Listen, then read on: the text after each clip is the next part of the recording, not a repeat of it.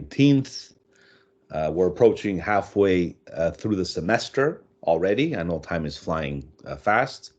I just addressed my class and we were just diving into the Blackboard and some of the um, details in what's going to be happening in the next few weeks going forward. And of course, your break week is a week where you get to have some rest, and you should take some rest. You deserved it. I know it's been a while for some of you since you ventured back into the school environment and meeting all these deadlines and projects. I know it's not easy, but if you can do this, think how much more valuable your skill set will be when you enter the workforce and you do this for real, like for a real employer.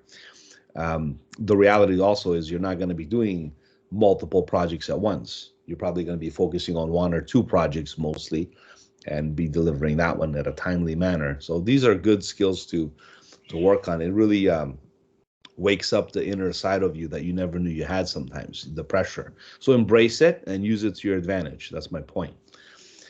All right. I got another good news to announce. A lot of you expressed about these videos. I know they're a little harder to always ask for permission, and I have to sometimes late at night I'm on my phone just hitting approve, and making you, the viewer of the video and that kind of stuff.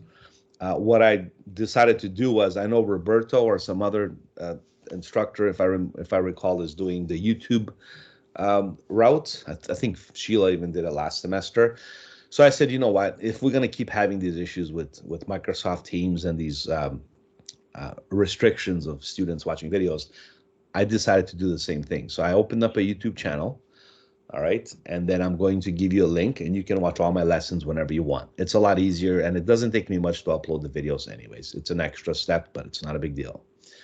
Okay, so I wanted to share that with you. So going forward, the next half of the semester, you can access my YouTube channel. I made a separate channel. I never really had a YouTube channel.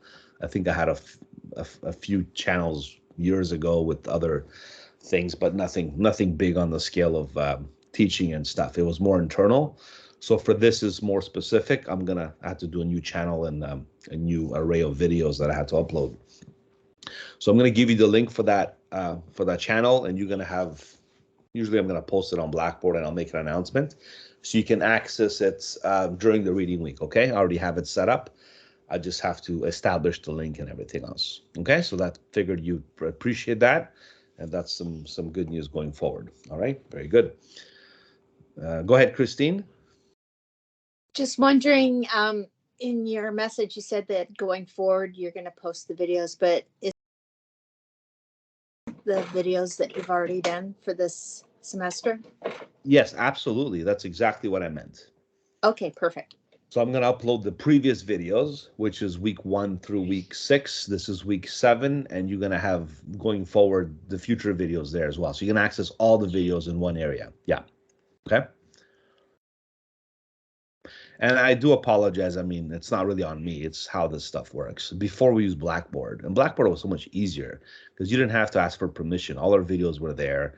You can simply click on the videos and watch them and stuff. When Teams got introduced, and it's like a corporate thing, I think, with many colleges and schools, and even the other school I used to be at, the Toronto Film School, did the same thing. We had to use Microsoft Teams.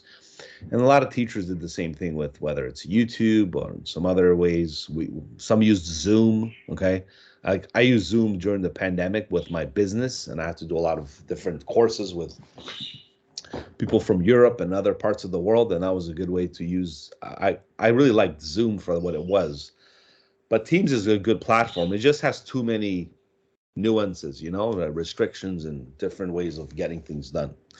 So anyhow, it is what it is. It's a tool, and we'll make the best of it. In this case, YouTube will help us channel the videos out. All right, so let's go ahead and go back to the Blackboard here. So we have the book cover project that's next. You can start that during your reading week. See how cool is that? You get to pick your own book cover. You get to read the book, and you get to design a book cover. Now, it's not just going to be a cover. It's going to be the front and the back and the spine of the actual book itself. All right. Before I get into the details of the book cover, I really want to make sure you're clear on your composite assignment, because this one is coming up next. It's actually due after the reading week. So this is due November the 2nd. Now we're still into the, I guess, past the middle mark of October. It's October 19th. I'm just close the door here. But you see, this is how you still have, like, I guess, a few weeks left for this one. But this one is due for not just my class, all the other classes as well. I just want to see you use the Photoshop methods and techniques learned in my class and apply them in this assignment. All right, so this is like a bigger project because it entails also for you to create a social media ad sizes. So you're going to create, this is your current Instagram or Facebook size, I think. It changes every time. So I do suggest if you want to be current, you can put Facebook ad size, okay? And the reason why I'm targeting Facebook is because it's still a very popular platform for businesses to advertise things like campaigns and stuff. Of course, there's the the TikToks and the Instagrams. So 1080 by 1080 is what a Facebook ad would look like. And with this assignment, you're basically going to convert your magazine ad into a social media ad. And I don't have to convince you how important that is these days, because a lot of companies are looking for media content developers, designers, and things like that. So it's a good way to put in your portfolio alongside your printed stuff. You have your social media stuff as well. So we're going to talk a bit about that today as well, just to kind of show you how to convert sizes. I know somebody asked me last week, and I had to, I kind of gave you a quick rundown. So today I'm going to show you some different size metrics and stuff. This was the old size, 1200 by 628. This was the size we used to make before, I don't know, maybe a few years ago. So if you want to do a landscape size, it still looks good on the desktop, but this is the one I think it's the better one to go with. So maybe I should change that right now. And if you look at the other social media sizes, like Instagram,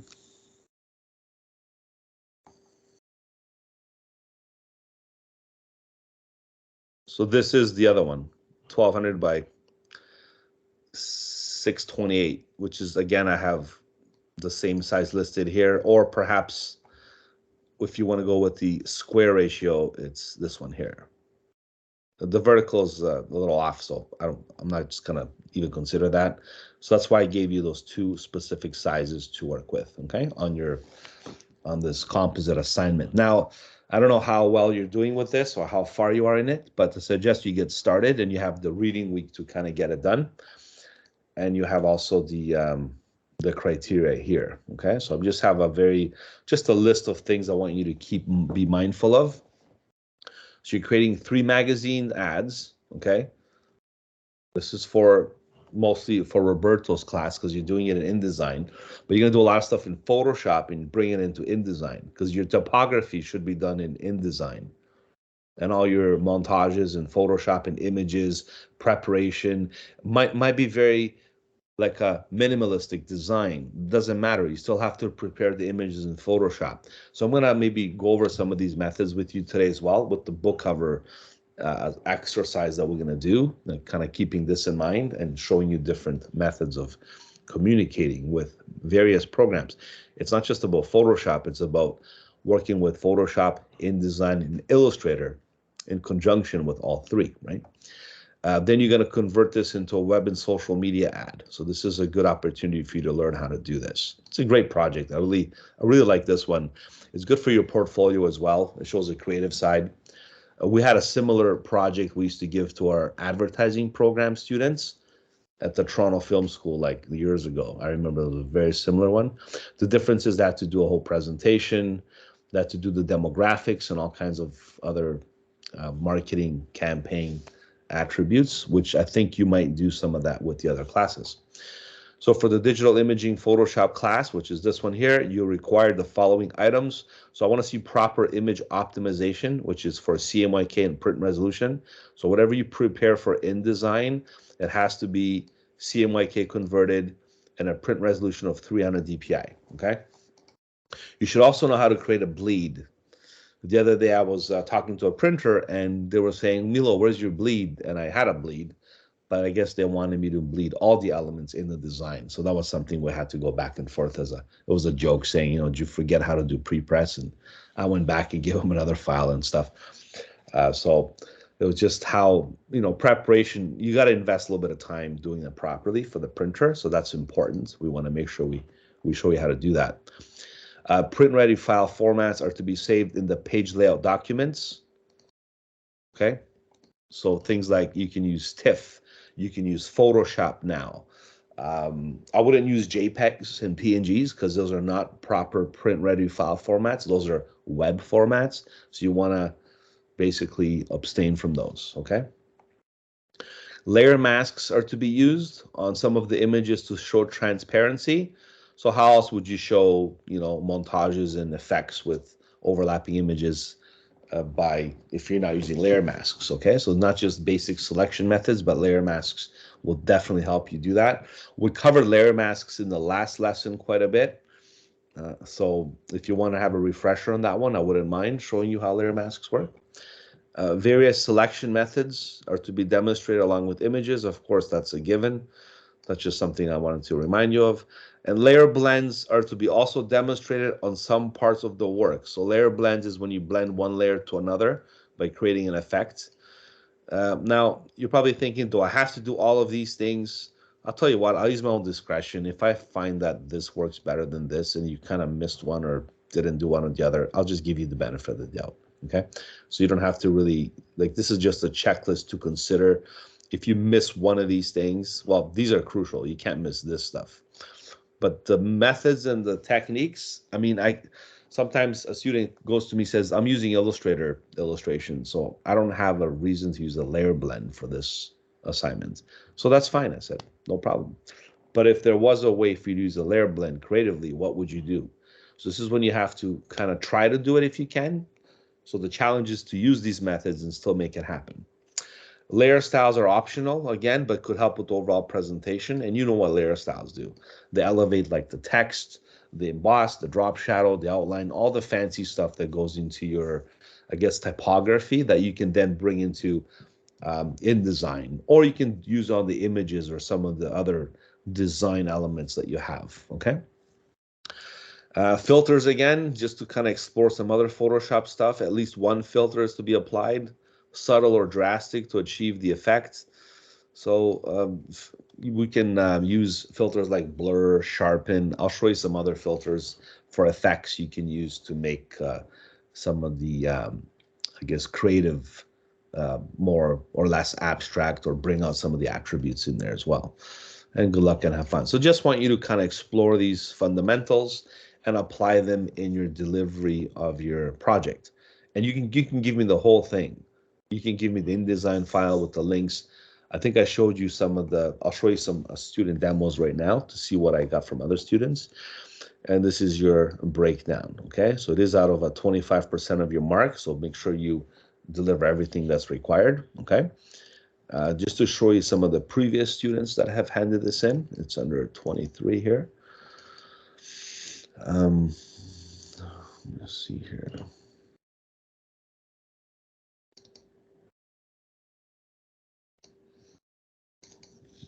2023. Composite Project 1. All right.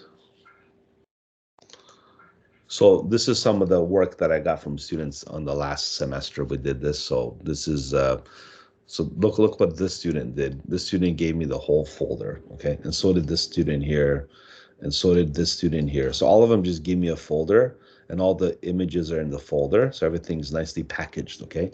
You can package things when you package it from InDesign, it packages your fonts, it packages all your links, it packages everything in a location. And then you zip that file and you hand it in. You give it to Roberto, you give it to myself, you give it to Sheila, Felice, whoever is involved in this collaborative project, okay? So just to show you what it looks like, I obviously uncompressed this, right? So then David Liu gave me 4 folders. So he gave me the presentation, okay, for his project. It was composite ad campaign. This was done in March of this year, as you can see the date. It was regarding KFC, okay? So he did a brand study, some research, who the client is, and what the incentive was, the research. And some concepts, some thumbnails. Okay. And I guess you went with the fried chicken concept, my idea versus others. And then there was the different research that was done. And this was the campaign that he put together. Okay. And there's the social media ad layout. So you're converting these magazine ad sizes to the social media size. So you got to do a conversion. That's the only part you might have to do in Photoshop. And this was the presentation. The execution was, there's the InDesign files, okay? And there's the, he gave me JPEGs for previews, but the links have the Photoshop files in there. Maybe they were too big and I didn't have them. Yeah, sometimes if they're too big, I put them in a different area here. Yeah, I don't think I have the Photoshop files here, but these were all, a lot of them were done in Photoshop, and they were basically assimilated in InDesign and put together that way. Let me show you another example because I might have, hold on a second here.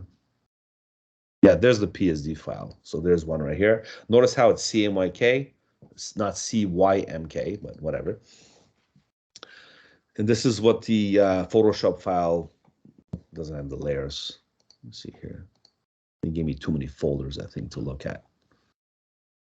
This is the one that's merged, and this is not merged. You don't have to go all out like this. You can just give me one file, one Photoshop file, and that should be linked with your InDesign file. You don't have to make like 6 different files. But you can see here the combination. So there's like the text that went in. And some of the text he did in, I guess, in InDesign, right? There's the design layer, right? There's the images, right? And there's the background. There's all these different folders. Today, I'm going to teach you how to make folders with images so you can organize your workflow a lot better. So there's the images here. There's the design. There's the text layer. There's the background. There's a lot of different layers that went into this, and of course met all the criteria and the objective that was done. Okay. So that was a good example there to show you of how this was carried from beginning to end in terms of utilizing all the requirements that were required from the other classes. Let me show you this other one here, Yakaterina. She gave me the PDFs, I think.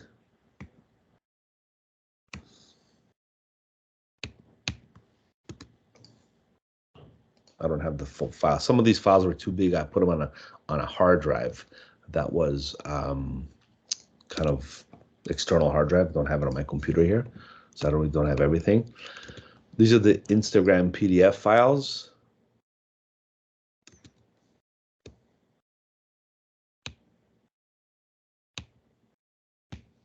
The Save the Children campaign. Okay, that's what this was about. These are the files for the ad. This person used a lot of guides. So I guess I like how they mirrored the opposites of the effect here. Just find some better ones here. Patrick. Again, this is another one here. I think this was a social media part, right? I should have kept a lot of these Photoshop files that were too big. Okay, so again, here's the National Geographic, for example, campaign from this one student. This was done by Amanda. So she did 1, 2, 3. Okay, stop global warming. Nice concept. I love the ice cream idea because the Earth is melting. Then you have the egg broken in half, and then you have the yolk as the Earth as well because it's very fragile. And then you have the scarce concept of time, that we're running out of time basically to stop global warming. So very strong message delivered in 3 different ads to carry the campaign in a print format. Look what Amanda did. She has the crop marks, the bleed marks, and all these registration marks. This is how you give a job to the printer. If you don't have this set up like this, then it's not considered print ready. So that's something I guess Roberto might show you in InDesign, or I can show you if you don't know how to do it today from Photoshop and InDesign together. This is the social media part of the campaign. See? 1080 by 1080. just a little bit of, you don't have to redesign it that much. You just have to make it fit within the size criteria. So from a, let's call it a vertical rectangular portrait format to a square format that fits social media. Okay, so that's basically how it's going to look. Okay, so a good example there by Amanda. Let's see if I can do another one here. This is Melissa's file. So this is the social media. Again, let me see PDFs. If you don't want to give me the InDesign files, you don't really have to. So Melissa gave me the PDFs of what the ads look like. So there's the another KFC ad. People love KFC. You know why they love KFC? Because this was the downtown campus, and we had I guess, what's the place called again? Chick-fil-A. We had Chick-fil-A across the street, so they called it the KFC ad. So there's a nice little concept there. It was during the holidays as well. And then there was Father's Day, different celebratory days, and Special Day, right? So that was her ad campaign. This was the Photoshop file. So if I open up the Photoshop file, I hope it's not flattened because some of these were too big. No, they're not. Okay. So you can see here how the Photoshop is utilized to make this happen. Like the flower bouquet with some of the other parts here. Like, you can take this whole thing apart and you can see how it was all done in Photoshop, and then it was laid out in InDesign to deliver the ad. So that's why Photoshop's a big proponent of this whole thing. Okay, so look at all the Photoshop, look, layer masks, okay, layer blends, all the stuff was used for this advert right here. I don't like to mess it up like this, so I'm going to close it and don't save it, of course. Okay, but that's how Melissa utilized the Photoshop components that I'm asking you to do for this project. Okay, here's another one here. Look, here's a KFC logo. Like the KFC logo and stuff, you can put that in InDesign. You don't have to do everything in Photoshop. This is not a Photoshop project. This is a collaborative project for you to use Photoshop, InDesign, and Illustrator. So the illustrations might come from something else. Okay, so you might have to do maybe the text, or maybe something you trace, or maybe you have an illustration in there somewhere. That's the challenge that you have to kind of come up with. All right, so here's another one here. You can see the layers that were involved, and there's one more. Okay, so even this might look a little simple, but it's not, because you can see, well, what's this now? These are extra layers, right? So this was an image. Obviously, the bucket of chicken was placed on top. Some of the typography, maybe you can't type on a path in InDesign so well. So you do this in Illustrator and bring it to Photoshop. So you can utilize all these things back and forth between two programs. Okay, so that's how you can see how it was utilized. A lot of layers. And then, of course, what Melissa did was bring this whole thing into InDesign and prepared the PDFs. So this was all done in InDesign, of course. And then, of course, you have your social media. So this is where social media comes handy. This is what she did. She made it look like an actual post on Instagram. So you can see how the ad fitted nicely in that rectangular format. You have to just do a little bit of reshuffling around your layers and graphics, but you can definitely make it fit within the social media format. Okay. So I think I showed you some good examples there about this. Maybe do one more if I can.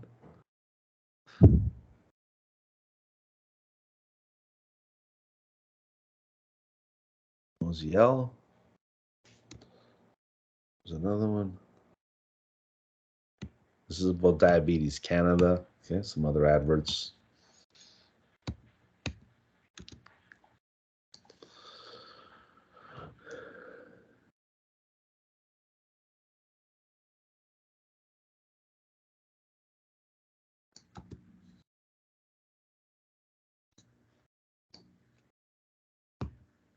Another LGBTQ ad. It was a strong campaign last year.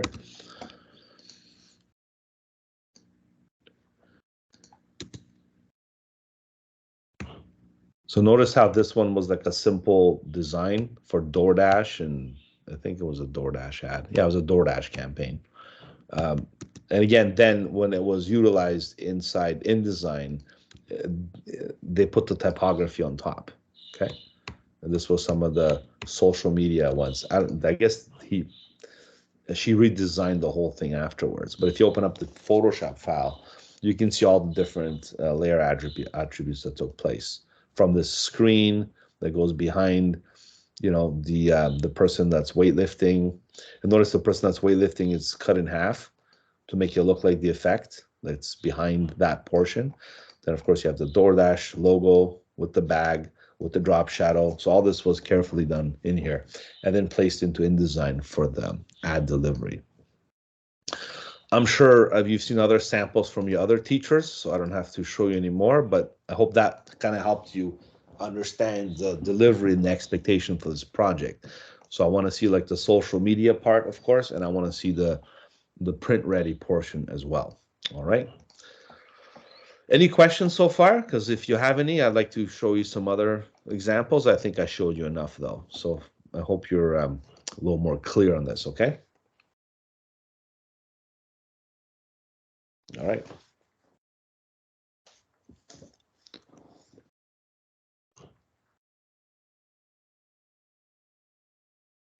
All right, so let's move forward now. I want you to go to Blackboard if you can. If not, you can just watch me. If you go to Blackboard,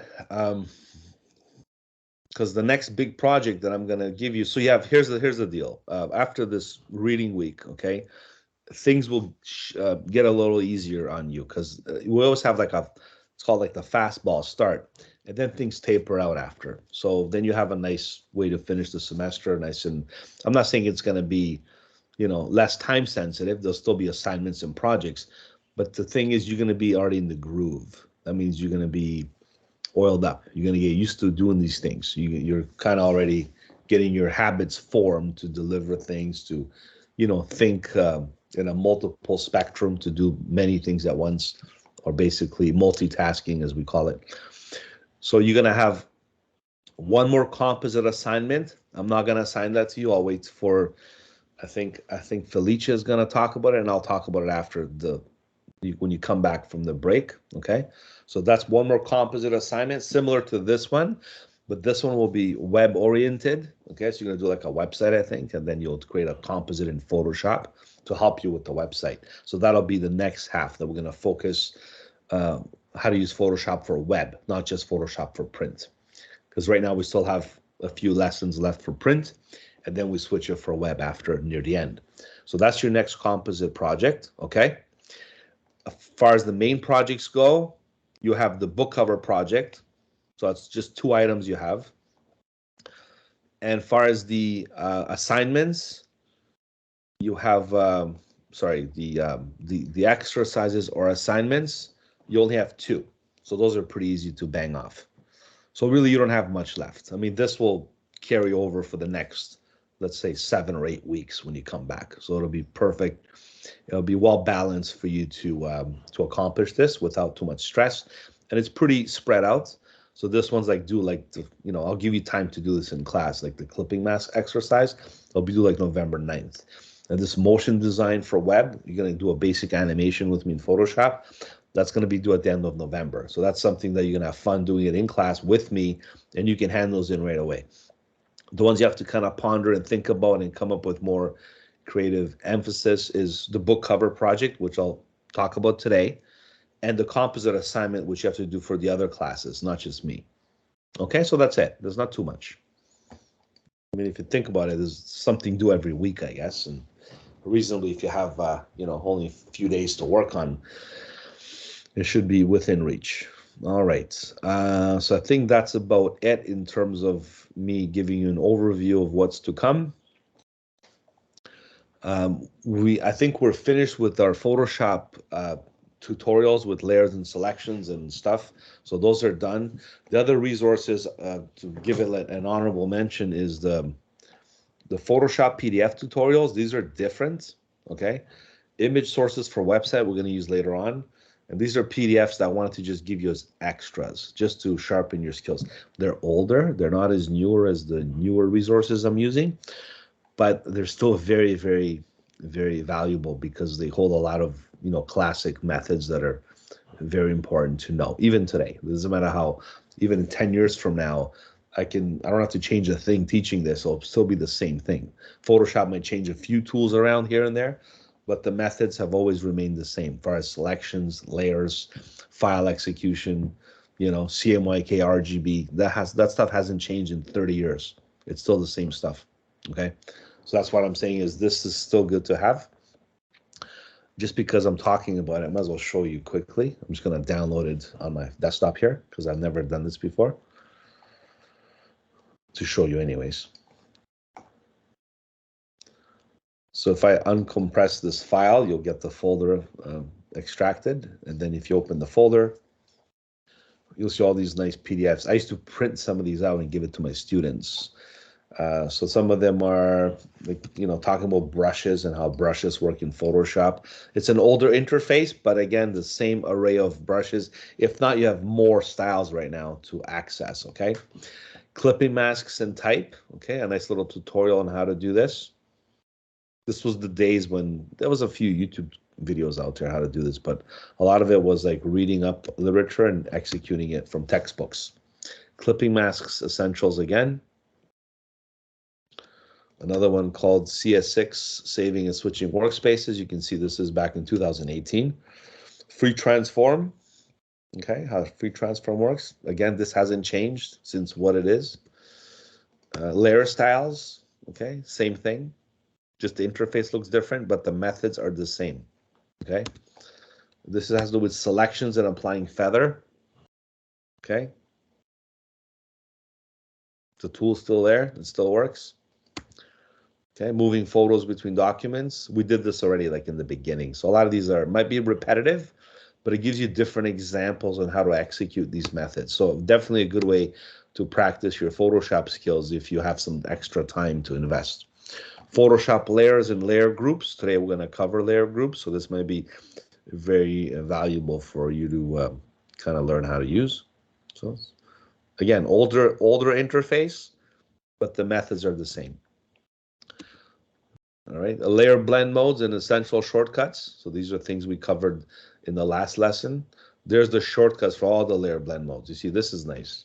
All the keyboard shortcuts.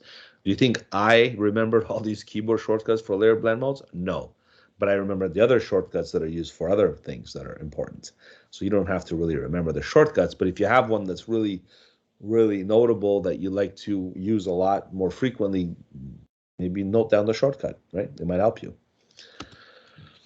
Then you have introduction to layers, of course, a very simple tutorial on layers. And you have alignments, how alignments work in Photoshop. We're going to cover a lot of this stuff. Today's actually lesson going to be very, very intriguing with all these things. And you're going to learn, it's a good review with new methods you're going to learn as well, okay? So when we do the book cover setup. Basic selections, more selections, more selections, and more selections. So a lot of selection of files.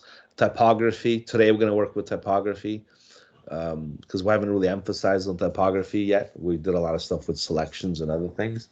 So today I'll show you how typography works in Photoshop and some more type essentials. And that's the second part of it. Okay. So it's this hand-picked tutorial. I got 20 items here for you. And this is my gift to you guys to, to have and kind of utilize and learn from. All right. So we're not going to use this in the classroom. Okay. I might decide to maybe use one or two as an example, but this is just some extra files for you to have. All right. Okay, so now that we got that out of the way, let's go back to the lesson module file and get started. So under the class modules, I need you to go to the last week we finished the photo retouching module, which was very important. Just to quickly recap, we were able to render. Let's put this back again here. Put this folder here, delete this one. So we were able to render something that was black and white, like a very clean illustration, or a sketch. A sketch takes a different form, which we demonstrated in the other example that I'm going to show you. So this was a quick black and white outline to a full color rendering. So this was using a very simple paint bucket method with the dodge and burn tools with various colors to make it look more lifelike or 3D with the Photoshop paint capabilities. And of course, it's the level of detail and the time you invest that this stuff becomes better and better over time. And I think we invested maybe like 15 minutes doing that, right?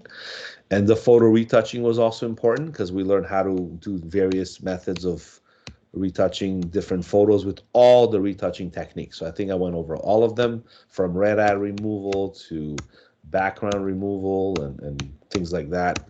So again, refer to last week's video if you missed it or you still have some questions on this, but we covered this to a great detail.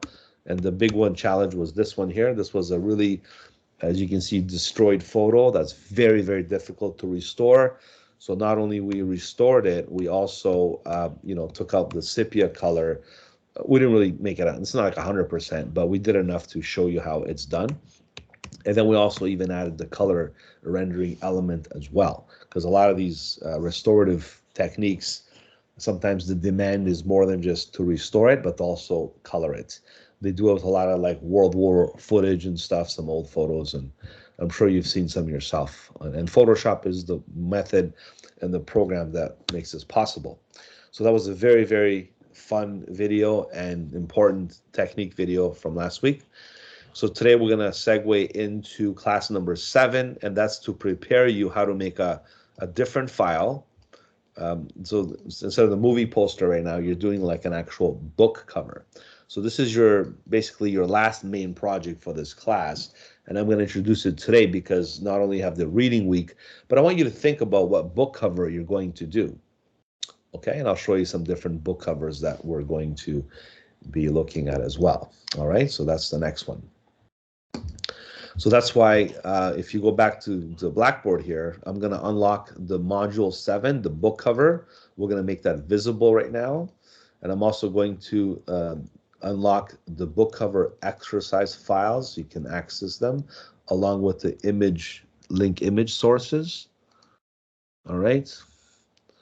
There's some websites that I have available here for you to access, like pexels.com, Pixabay, Unsplash. There's many others you can definitely utilize to make this happen. There's Pexels, okay? There's Pexels again. I think they're all the same link, really. So you have to type the other ones in. Just type in Unsplash or Pixabay, or I just put them all together so you can reference them, okay? But if you go to any one of them, you can get some nice images to kind of use, and they're royalty-free images. Sometimes you have to maybe, give site image or give the photographer credit, maybe like their social media or something. There's also a donation part if you want to go that far. If you're working for a company, sometimes you have to purchase the photos. They're not free. Okay, Google is one thing, but this is another. So you can really get some images here that you can use, okay?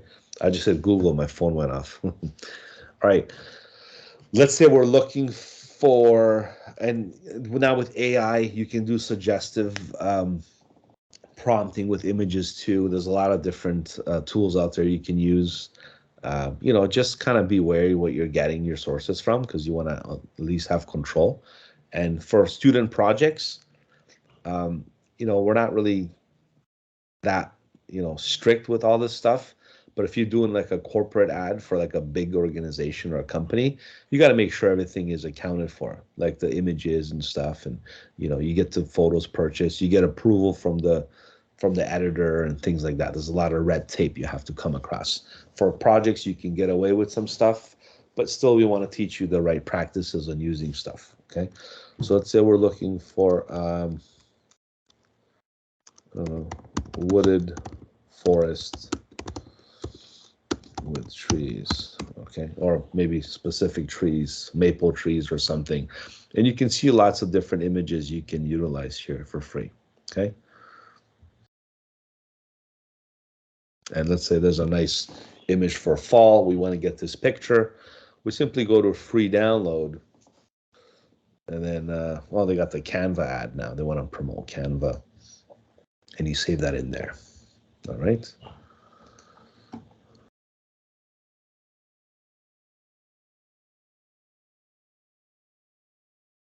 So they want some donation if you want to give it to them. But this image is not that bad. If I open it up right now, it's a pretty nice looking image with a high resolution capacity. When I say high resolution, I mean, let's really test its dimensions. So by the way, I want you to download this where I'm talking about this image. So click on the book cover exercise files right now. Just click on the link and that'll download the book cover exercise files. I just have something ready for you guys. And the image link sources is basically the link that I just went over, so that you can access that too. All right, and then let's open this file here. We're gonna right click and open it with Photoshop, okay? So there's the image. You can tell just by looking at it, it's a pretty decent quality.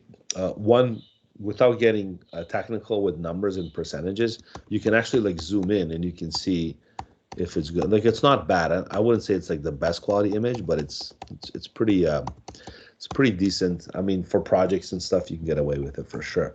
Under image size, you will see the real potential. So it's in the thousands, like 3,400 pixels by 2,300 pixels. Once it's in the thousands, you know for sure this image is pretty decent to use for web and for print. The resolution is 72, but that's okay because this compensates for it. So if this was like 300, let's say, you know, then this would be 14,000 by 9,000 pixels. But if you're going to resample the image, what I would do is make this 300 and drop this down by a 0. So it'll be just 300 pixels by that. This won't do much, by the way, but it's just a way to configure the right resolution so people don't get confused, okay? And the image size will drop to 3.96 megs. It was 22.8. So by you doing this simple little trick, let me show you again. So this was 72, okay? And this was 3,460 or whatever. All right? But you increasing this and maintaining that, you're just adding more pixels and maintaining the resolution. So make sure this is 300, but you want to drop this down to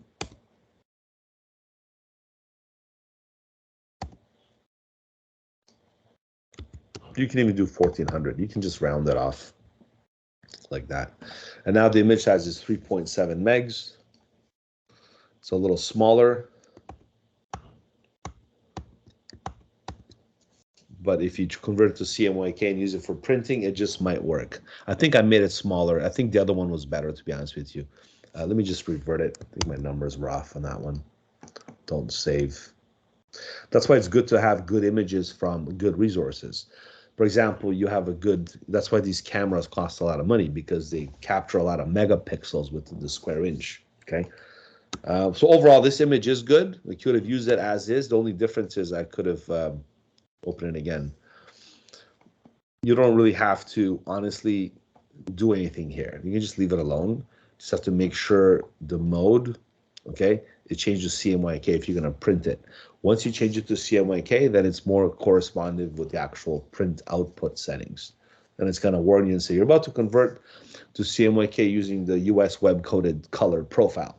This may not be what you intend. It's just giving you a warning. You just say, no, that's what I want to do. Click OK. And the image right now is CMYK. How do we really know it's CMYK? Because you can see here, it says CMYK. You can also see over here in the channels, it's got the cyan channel, the magenta channel, the yellow channel, and the black channel. So this is all the different channels that we're going to use for printing. What I don't suggest you do is start kind of taking away these little visibles from the layers. It might look cool, but you're just messing up the view. It's not really going to do anything. So don't do this. Rather than click on the channel like yellow to investigate or interpret each channel if you go along. Okay. And some people, what they do is they, you can apply a level on the yellow channel and enhance it. Let me just show you how I did that. So I clicked on the yellow channel and I'm going to image adjustments levels. This is like advanced color correction. We did some color retouching last week and some the adjustment layers, but if you do the levels in each channel, you can really get more results from it, but you got to be careful because sometimes if you overdo it, it might destroy the color. So I'm just going to do a slight amount of enhancement. This is called a histogram, and I just targeted my dark tones, mid-tones, and light tones towards the left because that's where the little mountain region is for these colors. Okay, so just by me doing that little simple trick now, I enhance the yellow from before and after. Okay, before and after. I don't think if you saw much result, but I did clean up the yellow, so it's not too yellow. I guess it pumped up to a more like a white or a brighter yellow concept. This is not really necessary. This photo, for example, is already professionally taken, so it doesn't need any color correcting. But if you do feel the need to, you can always go to adjustment layers. And these are your presets. Okay, you can kind of do, cinematic. Look, it gives you a preview of what these other photo, what's this one called? Repair, sepia, black and white color, if you want to convert it, right? You also have the main ones here, like what most professionals do. They use brightness and contrast, levels, sometimes curves, but these are the main two go-to. So if you do brightness and contrast, for example, this alone can fix the image quite a bit by increasing the contrast slightly and increasing the brightness for the photo. All right. Another one that works really well with color correction is the actual levels. This one is also my favorite, the second one. So if you create a new level, you're going to get a similar histogram. This controls the dark tones, the mid tones, and the light tones. But you just concentrating the light tone and the dark tone together, you can really get some more of a better tonal distribution, I guess, for whether it's more contrast or more lighting or whatever you see fits. Again, this image doesn't need any correcting, so I'm just doing a slight adjustment here to show you the difference. You can see before and after. I mean, it did make it brighter a little bit, right? But use this as you see fit. Sometimes you have to use your own discretion, okay? So if you take your photos and you think it needs enhancements or increase the brightness or the darkness and stuff, always revert to the adjustment layers, okay? And there's different types, but the first row is more used and more popular. All right, so let me just show you now. This is, again, picture off the internet versus a professional photo. I had to prepare something. There's a big convention show that we're doing tomorrow at the Toronto Congress Center.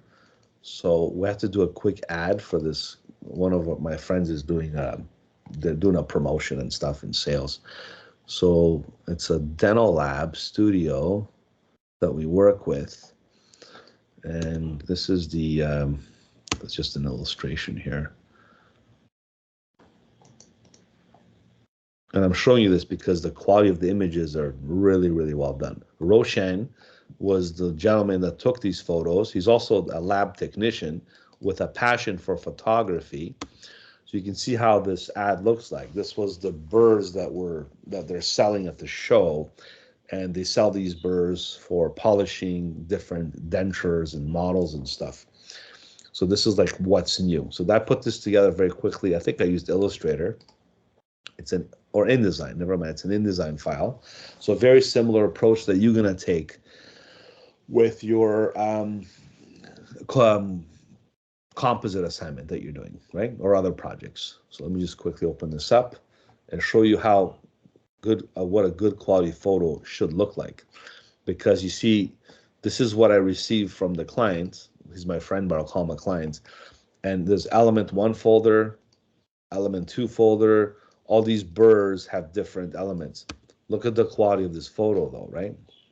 This is really, really high in quality camera that he used as well.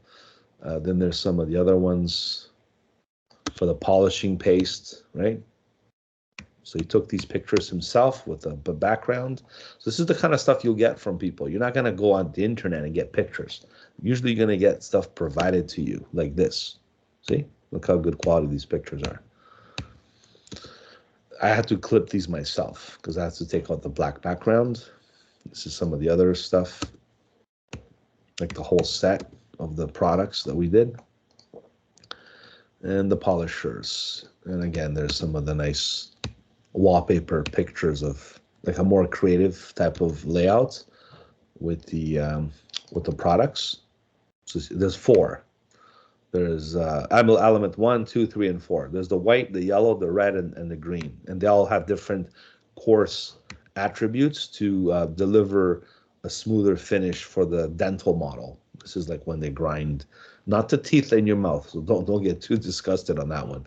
But they're actually the model teeth. Like if you know what dentures look like for older people, they use dentures. That's what they give them. Okay. So again, look at the quality of these images. If I was to, this is the InDesign layout. So all this is done. But if I zoom very, very closely, it's giving me like a rough render here. This is just a rough preview sometimes.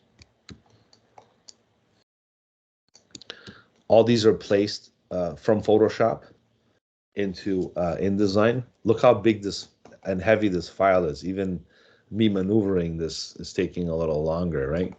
But just to show you how this is done, this burr, for example, here that I'm selecting, this is the one I had to maybe take out the white background to make it fit in here. So if I go to the links, and there's the PSD file, right, of this burr. So it's from Photoshop, place it in InDesign. If I right click and edit with Photoshop. Now this is what you can do at any given time, okay? When you edit your Photoshop files back and forth from InDesign. This is how you can collaborate programs. So if I go open that burr in Photoshop, this is the quality that I'm talking about. This is at 50%. This burr is at 25%. That means it's bigger than you think. Okay, this is 100%. So this is how the quality of this burr is. When you zoom into something that small and this big, and it still looks clear, that means you know it's a good quality photo just by eyeballing it. You don't have to use metrics and numbers and stuff, but you can see how nice and polished this is. Okay, and if I was to, let's say, change the colors of it, let's say I go to, let me see, like I could have honestly, instead of using his pictures, I've done this in the past with these similar instruments. I've done stuff like hue and saturation and change the color. So this burr now, I should have only selected this and not the metal part, but you get the idea, right? Let's just, I selected this to like red. Okay, so I made this look like a red burr. By the way, let me show this properly. Let's just say I was to do a color change with this, right? Hue and saturation.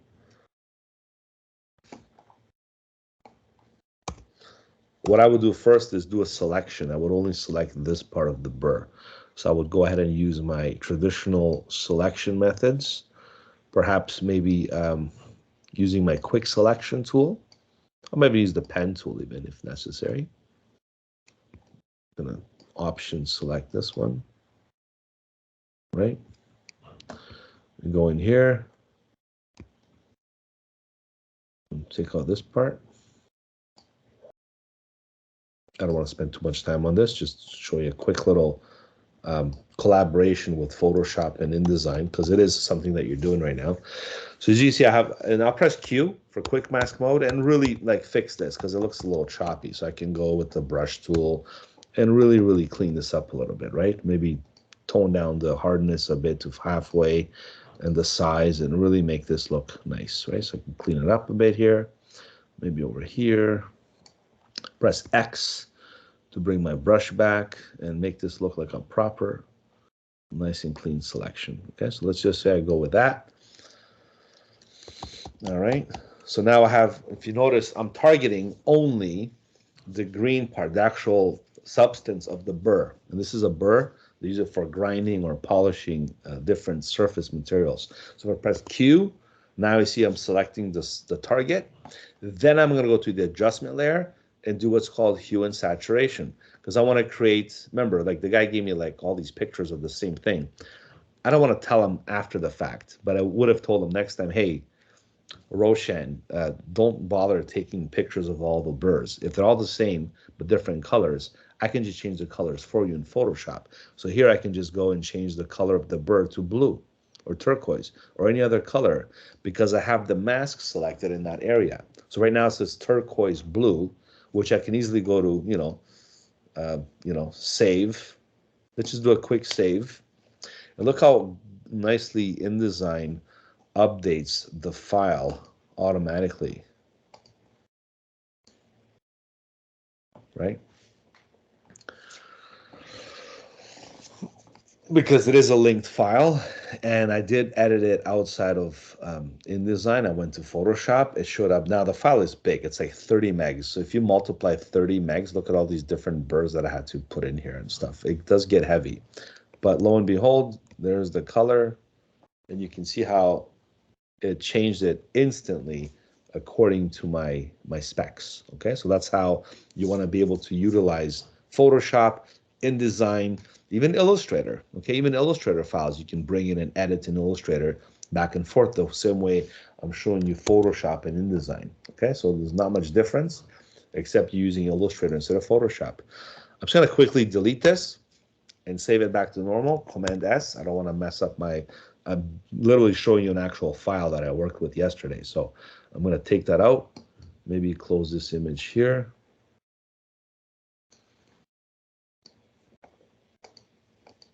And then maybe refresh this back to normal. If it doesn't refresh, what are these errors right now? Modified links. So see, it's telling me already that it's modified. Oh, in two areas, not just one.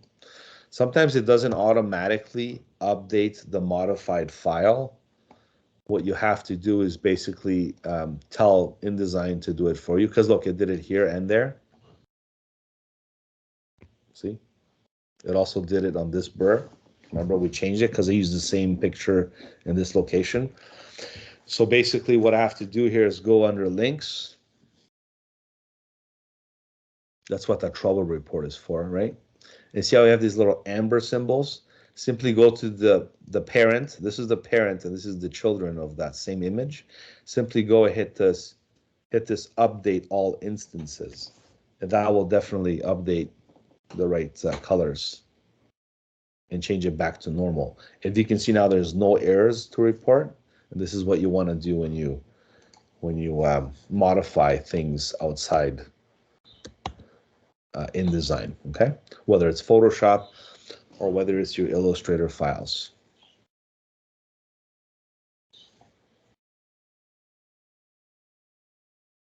All right, you can see this is a huge file. This file, like if I had all these files together, it's probably like 500 megs. All right, so I'm just gonna leave it alone, close it, don't save it. And we did an orange variation and another one. There's another one here we did with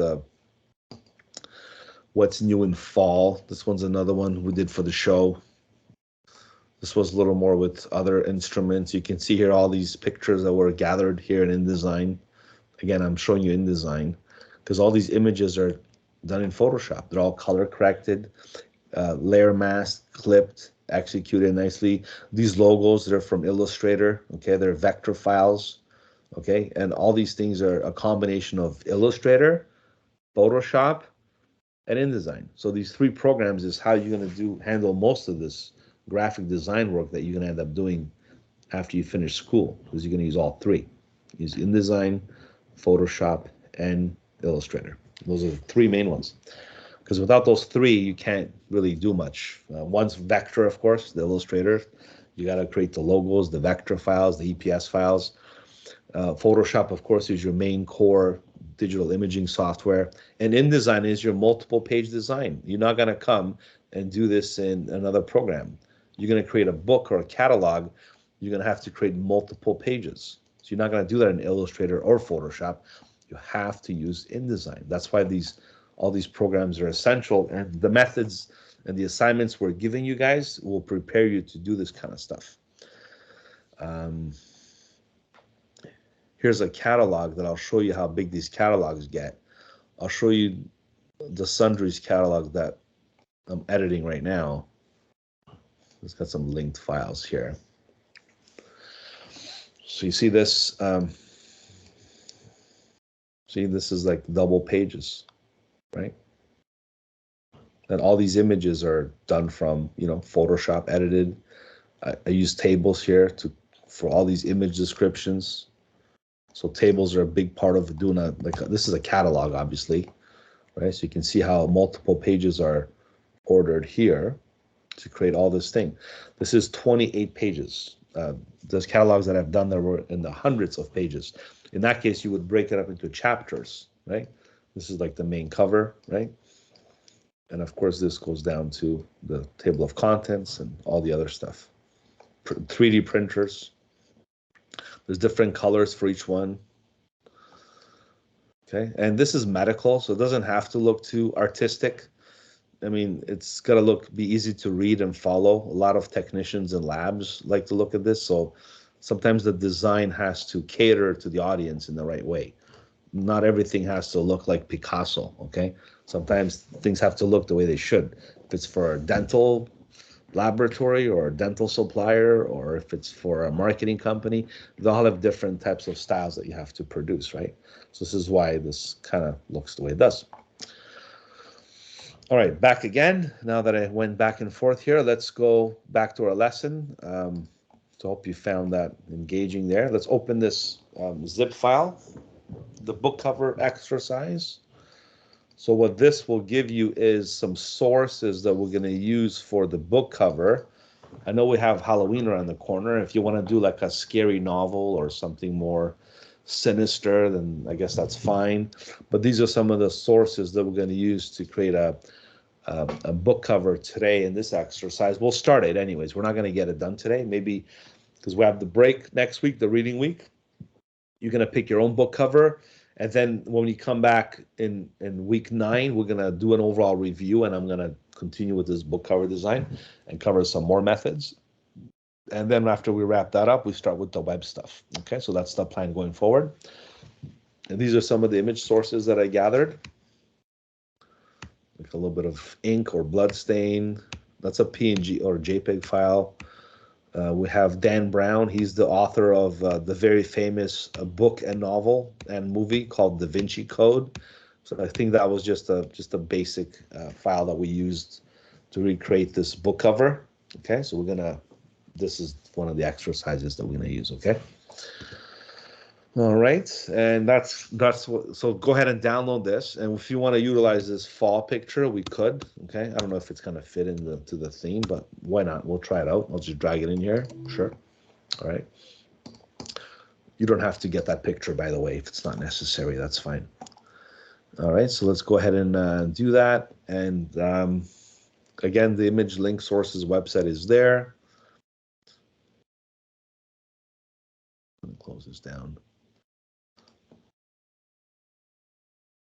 All right, so let me just make sure everybody's okay and you guys are good. Make sure I'm not talking to myself here. Sometimes that happens. I get disconnected, the internet, and then all of a sudden I realize my lesson's not even being recorded. All right, so the recording's on. Recording's on. My students are here. You can see my screen, yes? Give me a quick hands up or a thumbs up or something so I know you guys are in sync. Thank you, Christine. Thank you, Keika, and thanks for the rest of you as well. I can see all of you there. All right.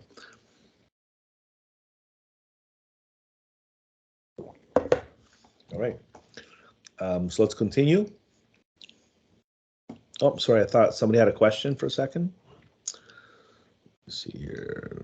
Who's got a question? Any questions? Just go ahead and raise your hand. I'll be happy to answer them at this point. I'm surprised you don't have any questions yet.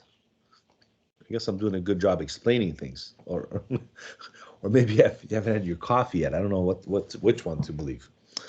All right, so no questions. Okay, I'll go with the fact that I explain things really well. Okay, we'll stick with that one. All right. And I'm trying to do my new coffee thing, guys, just so I can kind of brighten things up a bit. I do a Tim Hortons in the morning. I do a run. I drop off my son at school, and then I come home. So sometimes we start at 9. If I'm late, sometimes 9:05. Just so you know, we can start the lesson. My coffee is now, if you haven't tried it yet, try oat milk and half sugar. That's my new go-to now. I don't put cream anymore. I used to do the milk, but just wasn't doing it. Oat milk, half sugar, Tim Hortons. It's really good. Okay, so if you're a coffee drinker, try it out. See if you like it. Let me know next time. All right. Let's go ahead and get the files here. So book cover exercise files. So what is this book cover project that we're embarking into for the next half? Well, it looks like this. If you go to the main projects,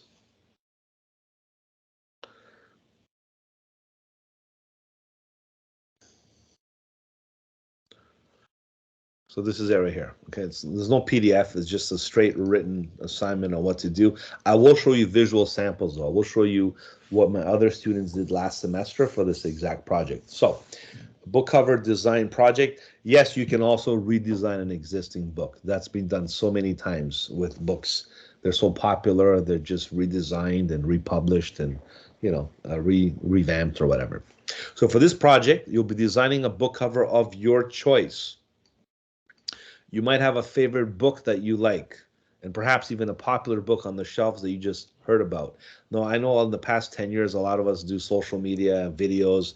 There's not a lot of book readers out there. You just go take public transit and see maybe only a few people read books. Most people convert to Kindles and other methods of reading books these days. But still, I'm telling you right now, the book industry is still flourishing, and there's still a lot of books out there. Just go to like Michael's or not Michael's, Chapters or Indigo, and you see all kinds of new books that are out. People still love books, okay? So there's always a demand for a graphic designer like us to create a book cover for the next, publisher that's going to release the book, basically. So you might have a favorite book that you like, and perhaps even a popular book on the shelves that you just heard about. Okay, the criteria is very flexible as long as you choose the book and stick with the theme and details such as dimensions, etc. Photoshop would be the main application for this project, as many graphic designers have made the same choice as well, as you may incorporate all of the program's features such as layers, effects, typography, and design. Try not to go bigger than 8.5 by 11. Reason is because most paperbacks are smaller, okay? As that would be larger than most paperback or hardcover standards. So if you do 8.5 by 11, which we're going to do something similar today, you can easily create not only the front of the book cover, the back, and the spine. So you have the three attributes together. So the front, the back, and the spine will cover the 8.5 by 11 area. All right, these are some of the requirements. We're going to re-emphasize like images and layers, of course. You have to, that's a given in Photoshop. Organization of layer groups, which is new. I want to make sure you incorporate layer groups. When you have multiple layers, you want to organize them in layer groups. So that's one way we're going to introduce this project as well. Two layer blends. I still want you to reiterate some of the stuff you learned before. Layer masks, a very big part of Photoshop, of course. Type treatments, okay? At least two different fonts or styles. So you are going to use the typography features in Photoshop. And lastly, the very important part, vector design elements. This is what we're going to use some of the drawing capabilities Photoshop has to offer that is very in line with Illustrator. So you can actually even go to Illustrator and bring vector files into Photoshop, but you can do back and forth or do the same thing. And I just stuck this in there, one or more filter just for some effect purposes, okay? So this is pretty much what I'm expecting to see when you're handing your project. If you miss one of this, let's say you do, one or two layer blends, but you do 3 layer masks, you can compensate for the 2. That's fine. Okay, this is just a minimal requirements. You have some kind of a guide to follow to get this done. And of course, the creative aspect is a big one as well. Document dimensions, 8.5 by 11. Why? Because we used to print this in the classroom. I think you have a printer in your classroom when I saw you the other day.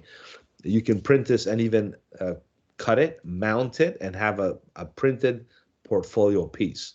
So this is a US letter standard that you can print anywhere, from home, from Staples. It'll cost you like $1 or $2. It's very inexpensive to print. That's why I'm keeping it within that size. Overall size, here's the class example I'll show you. The resolution is 200 dots per inch, okay? So this is not the finished size, by the way. This is just the document dimensions. The overall size is something that I think it's like 5x7. If you look at the paperback, it's 5 inches in width, 7 inches in height. That's the paperback cover, finished size. By 11 by 8.5 by 11 will kind of capture all that. Okay, so I'm going to again demonstrate this. That's why I said class example, and this is what I'm doing today. Resolution is going to be 200 because not all images will be 300 dpi. Even 200 will be pretty much within the threshold of industry standard. Like 300 is optimal, but even 200, I've seen pretty good results. It just makes it easier for some of these images you might get online, off the internet, and like newspapers use 150 sometimes. Okay, they don't even use 200 dpi, so even 200 is good. As long as it's not 72, you're good. Color mode, RGB/CMYK.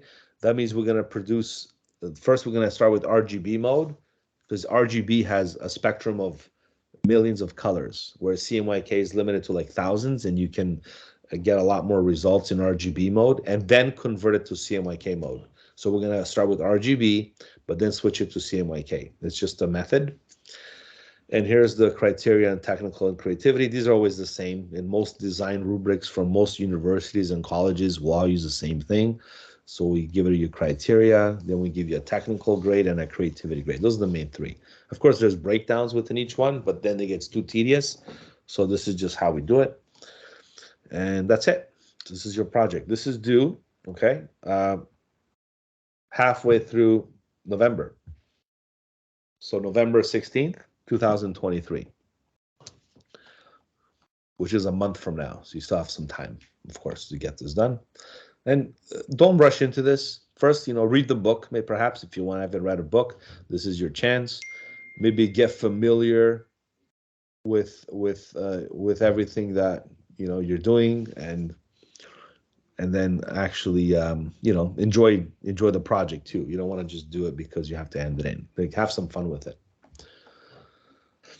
All right, now let's look at some new book covers that are out. So book covers 2023. Let's see what's out there, because I don't want you to pick a simple book cover that just has a very kind of minimal kind of design. You want to challenge yourself and do the Photoshop skills, right? Even stuff like this, you can see how this was utilized with different Photoshop. Like, you can mask some of these letters, because you can't do this in InDesign. You have to do it in Photoshop. How do you get this snake to wrap around these letters? So you have to use the masking method, and the masking method lets you do that. Okay, so that's a good way to incorporate that. And of course, you can do more with the background and topography, but this was a cool thing I just kind of saw. And of course, you can see some of the other. This is more like Illustrator integrated with Photoshop. So try to do more Photoshop realistic effect. This is kind of nice too. Okay. Again, a lot of these designers now use a lot of masking in Photoshop to hide parts of the text to make it look more dimensional too. So you can see some of these new book covers that are out there that kind of look pretty similar in terms of style and design. Of course, you have the minimalistic looks too, just with typography and an image and a simple background. But, even this can entail a lot of work, right? Even this could be Photoshop done too. All right, so you can see a lot of these inspiring books. Maybe you like a book from the past that you've done, you can recreate, or just go to the Shoppers Drug Mart. Even there's some books there you can look at, right? Go to Chapters or Indigo. There's a lot of book covers you can see there. Some of the more, if you're into Game of Thrones and Lord of the Rings and more like the fantasy books, there's a lot of nice Photoshop stuff you can do if that's your inspiration. And it's a definite Photoshop requirement criteria when you do these things, because without Photoshop, you're not really going to get a creative book cover per se. Because I know you can use the canvas and even in Illustrator, you can make a book cover or an InDesign, but without Photoshop, the whole aesthetics and the way you're going to do the image manipulation, you're not going to get the effects. All right. Let me show you some of the student projects that I've gotten for this one as well. I'll go to quickly. Was it 2023 Photoshop projects? So I'll show you some of the book covers from last semester, same students. All right, so if I go to, I don't know, maybe I'll just pick Yakaterina here for a second. So there's what the book cover looks like, okay? So Yakaterina did this one, okay? The Moon and Sixpence, okay? So there's, so you gotta design not only the cover, the spine and the back, because then you have the whole wraparound look. You can then print it and do a real mock-up, wrap it around the book and do a real presentation. That's why it's good. Yes, you even put the QR, not the QR code, the actual UPS bar, okay? Okay, or the barcode on the back too. Just open up the file to show you what these book covers look like. We're gonna do this today, so I'm gonna prepare you how to start this. So you can see how Yakaterina has all these layers organized in folders. Even the barcode has a folder. Wow, I'm impressed. So the textures, okay? There's a publishing logo layer. There's the text layer. There's the men's figure layer. Then there's the backgrounds layer. So there's like all these different layer folders that are organized in such a way. And if you open each one up, you can see the background has all these different techniques that she designed to make it happen. Layer masks and images, the red background, all that is part of the background layer. If you look at the man's figure, even that has a lot of layer attributes that she used for color correcting, color assembly, and that kind of stuff. Because this is what the original image looked like. It didn't even have the layer mask. Let me just take out the layer mask for a second. So it had like the background. So that's why you use layer masks to help you achieve these nice effects and obviously to contribute to your overall design. And of course, there comes the text. It has a lot of different typography settings there. Then you have the publisher's logo to make it look more realistic. Okay, and then of course you have the textures if necessary. Okay, and the barcode, which is the least. So just to show, I'll show you some more samples next time. I don't want to waste the whole lesson showing you stuff. I want to get into the hands-on stuff, but I'll definitely show you some more book covers from the last semester that the students did, okay? So that's just one example from there. Alrighty, so let's get to Photoshop now. So let's get started. Let me just see if you guys are ready. If you have any questions, let me know. Otherwise, I want everybody, all hands on deck, as we say, get everybody together. So let me just make sure everyone's good. Thank you, Christine, for the thumbs up. Everyone is there. All right. Okay, so let's get started. So first thing we're going to do is we're going to open Photoshop, of course. See, I like to do this in the classroom because I can actually use the board and stuff and do the dimension, but it's okay. I'll explain it here too. It's not that difficult. We'll create a new file in Photoshop. So we're going, obviously, print, okay? As you know, Photoshop can do web and mobile and film and all the other categories. We're sticking with print because we're going to print the book cover. And if we do decide to sell it on Amazon and make it like an ebook, we can easily change it to RGB. It's not a big deal, but it's better to start with print. And we're going to stick with RGB, okay? We're always going to go to CMYK after. So right now it's RGB, okay? And then we're going to make it 300 dots per inch, 8.5 by 11. So it's already set up for you. This is considered to be letter print size. Now, because we're doing the spine and the back and the front, we're going to change the orientation to landscape. So that means the width will be 11 inches, the height's 8.5, and the resolution is 300. Okay? But Milo, because we're making a paperback, yeah, you on the sheet you said 200 DPI. right. So I can make it 200 DPI. That's fine. Thank you for pointing that out, actually. Yeah, thank you. Actually, you know what? I meant to do 200. That's right. Now, let's say you did 300 and let's do 200. It's even better, but the file size will be too big. So when you hand it in, a lot of you send me an email saying, hey, the file size is too big. What do I do? I can't resubmit it. That's why I'm making this 200. You're still getting good quality even with 200. Thank you for pointing that out. Now, here's another thing I want to point out. So the width is 11, but the height is 8.5. So we're going to trim the height, okay, to 7 inches. Why?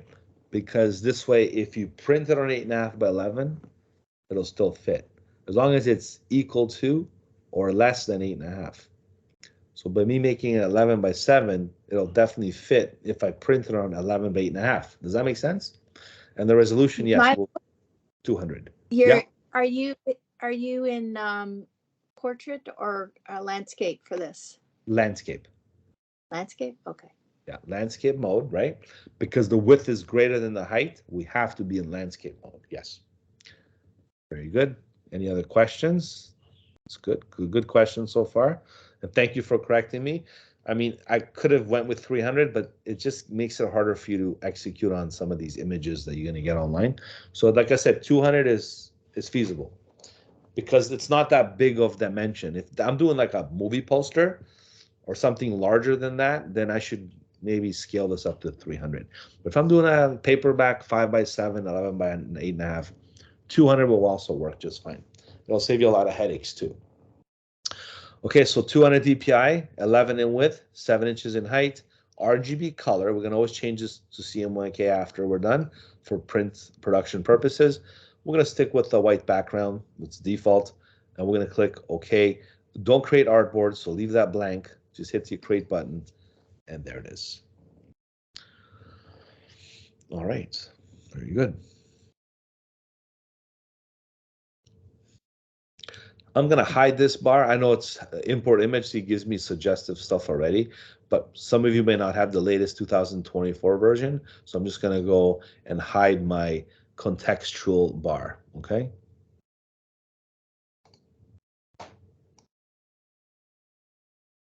Hide bar, there we go. If you wanna always see it, it's called contextual taskbar. So I'm just gonna hide it. So it's less distracting. And also the rulers. If you press Command or Control R, you're going to get the rulers. We need the rulers for this setup. So I'm going to ask you to hit the rulers, Command R, and you can see the rulers are set in pixels. That's no good. Change it to inches. So just by right-clicking here, you can change it to inches because when we measure paper, it's measured in inches. 8.5 by 11, 11 by 17, tabloid size, A4 size. So the 0 position is here, goes from 0 to 11. And if you go vertically down, it goes from 0 to 7. And 8.5 by 11 will fit in 7 by 8.5, 7 by 10.5 actually. Now to make the spine setup, what I'm going to do is click on this left ruler guide here and drag it right in the middle. What's half of 11? Half of 11 is 5.5. So if you notice here, my guide snapped to 5.5 inches. This is half of my book cover. It's important to know where the half is because then I can expedite the other halves, let's say like this. It's like hanging a frame on your wall. So then I'll go this one, I'll go to 6. I'll hold shift. If you're not getting the perfect numbers, if you hold shift, there's a tip, it'll snap it to 1/8 of an inch. So in this case, I'll snap it to 6, and I'll snap this one to 5. So first I have to find out my middle. My absolute middle was 5.5 because that's half of 11. And then by me getting the middle, I went half an inch to the right, half an inch to the left. By me creating the spine now, I can get rid of the 5.5 guide by going to the move tool, clicking on the middle guide and just dragging it away from my document. That's how you delete guides. You drag them away. So you make a guide like this, you delete it by dragging it away. Stick with these two because this will define our book cover. As you can see, this document now, if I go to image size, it's going to be exactly, again, if it's in pixels, just change it to inches. It'll be 11 inches in width, 7 inches in height at a resolution of 200. Okay? And if you want, you can save this right now because you might want to, obviously, you're going to do your own book cover, not the, Milo, yeah. I'm not able to do the guides for some reason. Is the ruler open? Yes. If you click on the ruler, hold the mouse and drag the guide like this, it's not working? Wasn't doing it with the mouse. What are you doing it with? With the trackpad. Okay. So you have to click with the trackpad. Yeah, just the mouse is easier, I think, when you do this, right? So with the trackpad, you have to really like make sure you click and then drag it out like this. And then, Okay, I've done that, but it doesn't show a line. It shows the line when I'm dragging it, but when I release the click, huh. it doesn't show. Then how about this? Let's go to view. Let's go to show and make sure guides is on. Because if the guides is off, I won't see my guides. I can do this all day. I'm not going to see anything. Actually, it So should, by default, it should automatically pop up like it did with so me. Smart Guides is clicked on. View, show. So not smart guides, but guides. View, show. Let me see. So Show. smart guides is Oh, on, yeah, but just guides should be on as well. The shortcut also is command colon, and that works as well. okay. Guides is not selected. Like it doesn't give me the option to select it. It's not. Hmm. That's weird. So you can't even have guides. Can you share your screen? I want to see this. By the way, before I just help out, was it Aaron? Christine. Oh, Christine. Sorry. Christine, did you turn on your rulers first? The rulers Control, are, yeah, the rulers control, are on. control R. Control what? R for R. rules. Yeah, the rulers are on. No, she did do the guide. She just can't see it. Christine, let me just do one thing. Let's save this book cover first. I'm gonna go to File, Save As. Let's save this template because all of you can use this going forward. Okay, so call this book cover template. Okay, so book cover template on the computer. I'm gonna save this on the desktop now on the computer here as a Photoshop file. This way all of you can have a template to start with because this is your template right here. You can use this to make any book cover of your choice. But let's help Christine out as well. So Christine, go ahead and share your screen, please. Last time I tried to share my screen, it wouldn't allow it. So I can try again.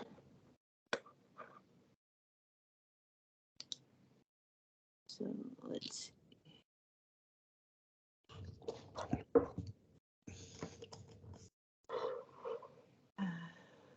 share.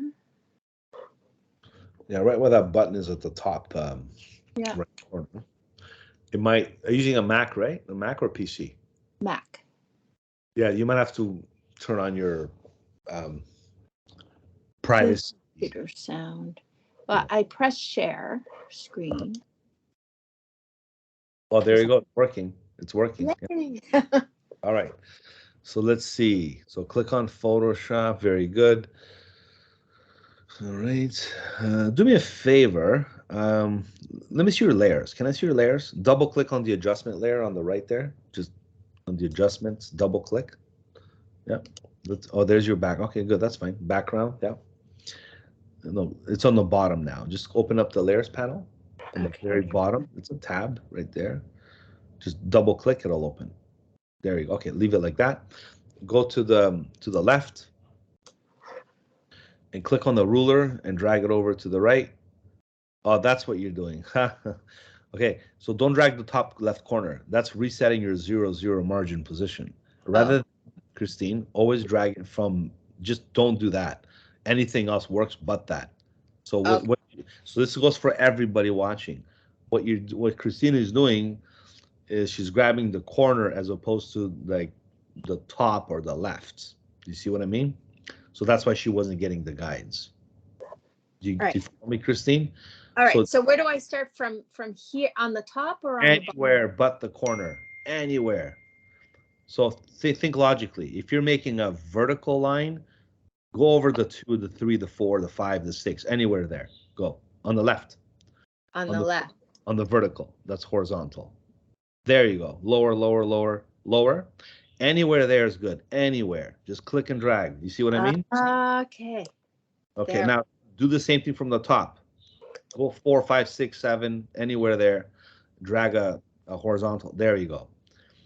So this is But this is important because this is not just in Photoshop. This is same in Illustrator, same as InDesign, same as all the other programs. This is how you work with guides, okay? So if you guys haven't done this yet, it's a good way that I'm teaching you now, because you need guides to create a proper design and a layout, especially when it comes to prints, okay?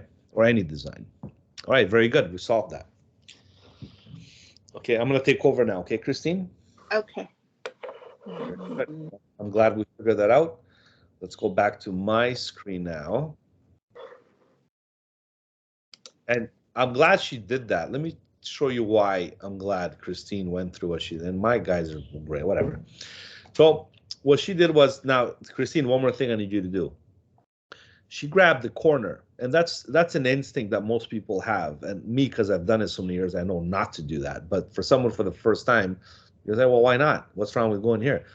This is think about it. This is horizontal. This is vertical. When you go in the corner, you're telling the software doesn't know what to do. It's saying, what do you want? Which one? Horizontal or vertical? Make up your mind.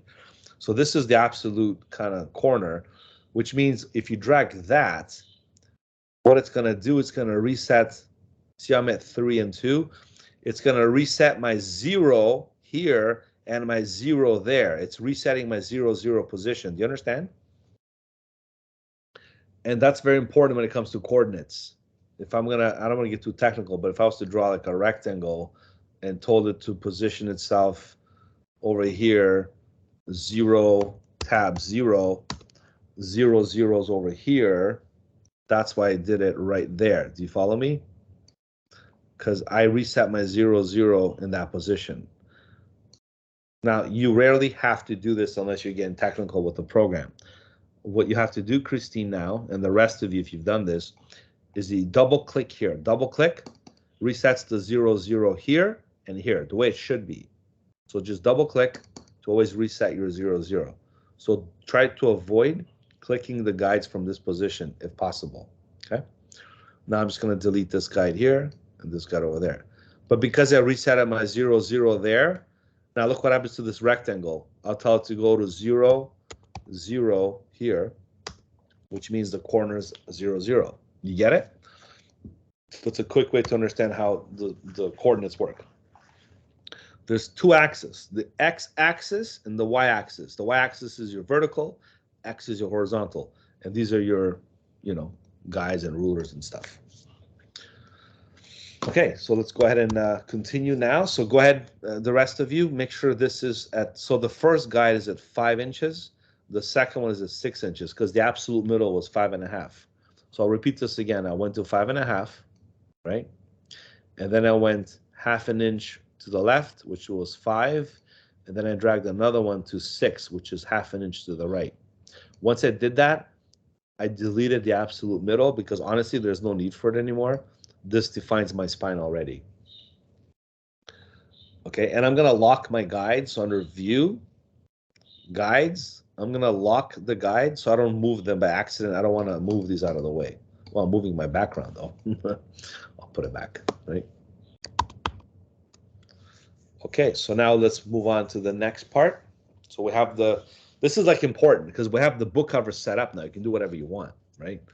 But the fact is, this is the front, because if you fold it a certain way, that's the way it's going to be, delivered.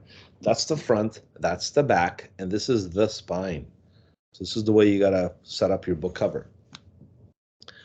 And we'll have the background layer, of course. So we're going to go ahead and place some elements now, okay? So we're going to go to File. Well, first, let's make some colors. Before we start doing stuff, let's add some gradients and some colors. So I'm going to use the gradient tool in Photoshop because I don't think we've done it too often in the past. And I'm going to use the gradient tool. So if it's the paint bucket selected by accident, hold the paint bucket, select the gradient. If you press G on the keyboard, you will select the gradient tool.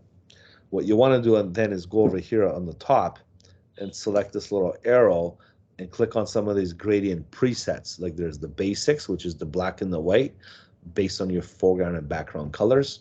There's your blues. There's your purples. There's your pinks. There's your, reds, whatever color you're into, right? Well, let's do a nice, I don't know. I can do any color and change it after, but I'm gonna go with it's fall season. Let's go with the nice oranges. We'll create a nice fall type of environment background, and I want to make it subtle, so I'll go with this one on the second one, or maybe the last one. I'll go with the second one. It's a little more subtle, and I'm gonna grab, click and drag the gradients, click and drag it like this. You can always drag it anytime, anywhere you wish, just like that. Doesn't matter if you catch this or that, you can just drag it. You can hold shift to keep it nice and straight, right? You can go up and down using the shift key, okay? You can then control, this is the midway point of the two colors blending. This is like the actual, I really love how Photoshop enhanced the gradient capabilities. You couldn't do this before. If you have an older version, you're wondering how you're doing that because you don't have the latest update. The latest update, you have to just, the older version, you have to like swipe and swipe. This new one, you can actually change the angle, the direction as you see it. So it's pretty cool. I really like this updated gradient tool feature. It's like reminds me of Illustrator a little bit. Here's the problem, because I did this too many times. Look how many gradients I ended up with. I'm just gonna delete these other 4 layers that I don't need. Just hit delete. I only want you to have 1 layer, even the background can go. Honestly, this is our background. So I only have 1 gradient background layer, okay? If you want to add more colors, you simply click on the left or right side, I guess, and you can just add any color of your choice. How do you change the color? I'm assuming if you double click and you pick a different color, that's pretty easy, eh? They made it really easy. Okay, so that's how you change the color. Maybe I'll pick like a lighter color of that same shade. So I just did 3 colors now. Again, to add a color, you click beside the gradient bar. Okay, to delete the color, I'm assuming, watch this, I'm just guessing because I never used this new feature before. Drag it away. Yeah, it works. So drag it away to delete the color, or just click on anywhere to add a color and change the color by double clicking and change the color, right? So I'm just gonna delete it right now because I think 3 is enough. If you want to edit the gradient, if you have an older version and you're not getting this, then you have to click here on the bar itself, okay? And then you have to double click on this area. But if you have the older version, if you click the way I clicked, you should easily open this, I think, this way. And then you simply go and click here, or click on the bar to access the gradient editor. This is the old school method of controlling this, what I just did, easier with the new version as opposed to the old version. You can do it this way, click the color, pick a color, change the color, you see? Or if you have the new version, do it with the gradient annotator. That's what they call it in Illustrator. So older version, you click here, right? Or double click here, right? And click here to edit the gradients. It's a lot of clicking, I know, but that's how it is. Or the newer version, which is better and easier, more user-friendly, you just simply control this swatch from top, bottom, middle. All right, really cool way that gradients work in Photoshop, and I like this new method. It's actually pretty cool. All right, let's move on to the next one now, which deselect. We gave it some kind of a interesting background color. Now we're gonna add some texture perhaps if we need to. So for that, I'm gonna go to File, Place Embedded, like we always do. We're gonna go to the desktop.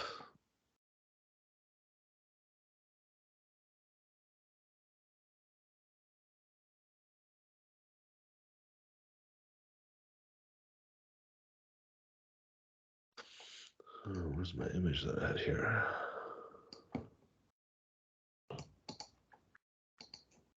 Oh, I guess it was in my folder. So File, Place Embedded. You could use any image if you like. I'm gonna just go with the one I got off the internet just to test its. So the quality is not that bad, you see. So this one is located right here. Place Embedded.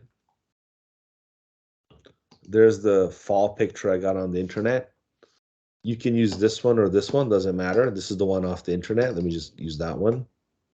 Not bad, you see? It's got the full size.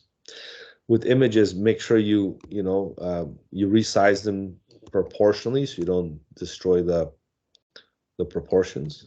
Press enter. There's the image on top of my background. Gives me the perfect opportunity, perhaps maybe to blend the image into the background somehow to create that nice effect that might complement my book cover. Perhaps some of these other settings might work. And if they don't work quite the way I expect them to, I can always increase or decrease my opacity. Okay, for example, let's say I want this subtle, screen look or something, or I want to do a color burn, then I simply just reduce the fill, okay, to a smaller amount. And this could be like maybe the background, a pretty quite drastic color effect, but this could be my background texture. And I'm using a layer blend, which I, required of your requirements there for this project. I'm using layers with the gradients and an overlay of an image on top of the gradient effect. Alternatively, I can also do something like this. Let me just delete this picture because you probably don't have that image. Let me just use the one that's located in the exercise files, which is this texture right here, which I got off the internet as well. So I'm going to go ahead and go File, Place Embedded, and grab that image. This one's smaller in size. So I'm just going to go, it's a texture, so I don't really care. I'm going to just resize it any way I see fit. Textures don't have any proportions. Even if you're off a little bit, it's fine.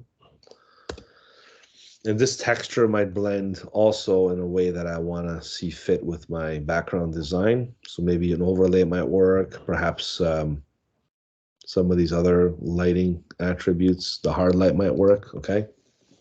The soft light, even reducing the opacity to some degree might enhance the delivery a bit. I'll leave it at 60%. All right. So I'm utilizing two layers here because, of course, you just have a white background and this is a little better. All right. And then I'm going to pretty much make a layer for this, a group, I should say. I'm going to select both of these layers and I'm going to press Command G or Control G on a PC.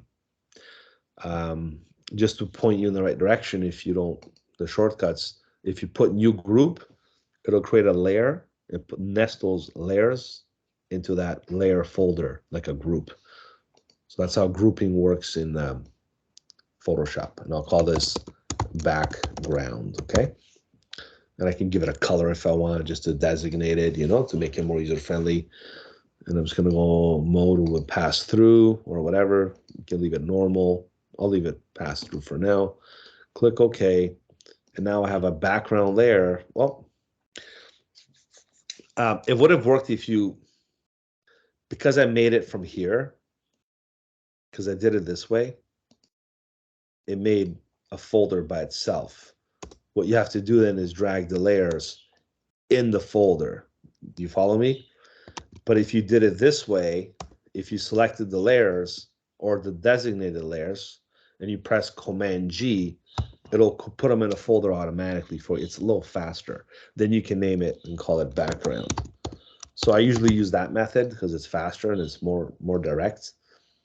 So there's your background folder there. And then you want to proceed later. Look, you can even do it this way on the bottom.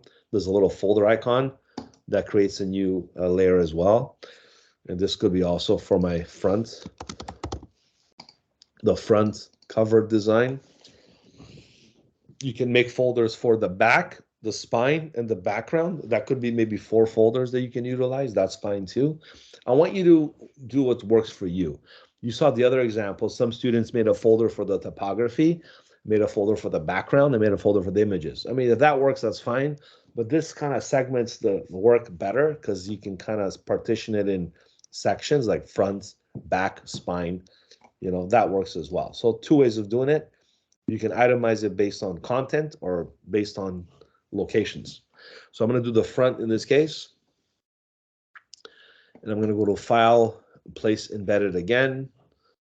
And this time I'm going to bring in the very infamous picture of the Mona Lisa that they used in a lot of the Da Vinci books and movies and stuff. This is an example of it. This is what the Da Vinci Code, the last one I saw looks like. So it's like a little hidden thing with the painting. I don't know if you saw the movie. It's got to do with a lot of mystery and stuff, and some dark and good forces fighting and things like that. A little conspiracy, sprinkled with conspiracy, of course. Why would it be interesting? There's no conspiracy, right? A little bit of that. So this is the cover. So I'm going to try to make it better or different than that, of course. That's just my idea. So if you want to conceptualize ideas, you know, get some ideas off the internet and just make your own version. That's fine too. So there's the picture of the Mona Lisa. I'm going to bring it here. I'm going to make it a little bigger. Press enter.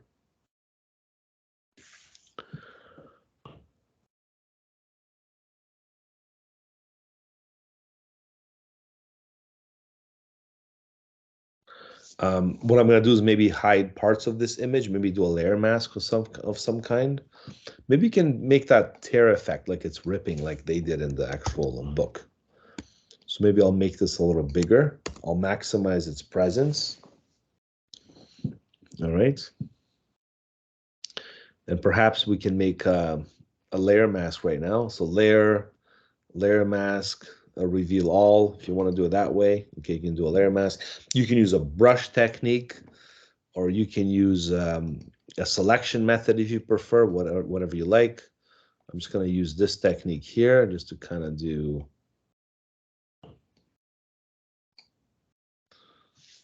maybe a tearaway effect works better.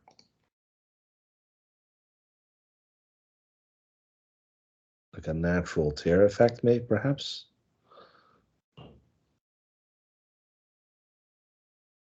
Right, so I just made a selection, for example, and this could be, so if I want to make this like the mask, I would select, and you can do this in a more finite way with selections, and you can get a texture online and trace it any way you see fit. I'm just going to go select inverse now, right? And I'm going to fill this with like black, okay? So it looks like it's getting ripped away. I just did option delete, or you can go edit fill. You can fill it black. So black basically makes it look like the mask, like it's getting torn away, and that could be maybe part of the book cover, that the effect that I want to achieve. Okay, so I can work with that. Then I can, of course, get in there and work with some of these highlights and shadows. Remember how we did the dodge and burn tool before? Where's the dodge and burn tool? Right, and you can, oh, I gotta rasterize the layer, so I just simply clicked OK. So now you can kind of like really get in there and emphasize some of these little parts. So it's like really getting, okay, I'm just getting little parts right here. Even over here, I'm just highlighting the edges a bit, so it makes it look like it's actually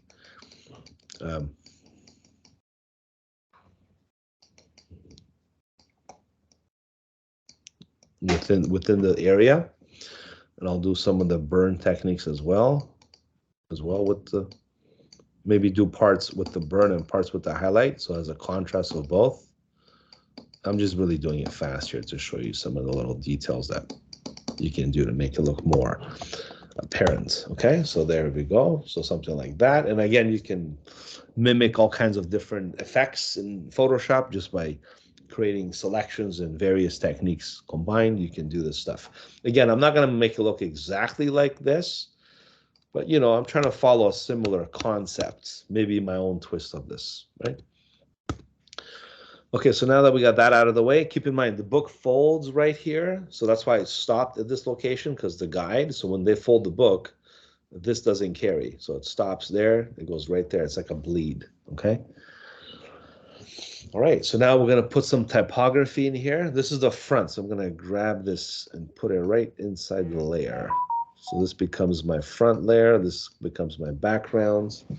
And the front also will involve some typography. So if we're going to put like Da Vinci Code, and again, let me emphasize how Photoshop surpasses a lot of these programs when it comes to textures and effects.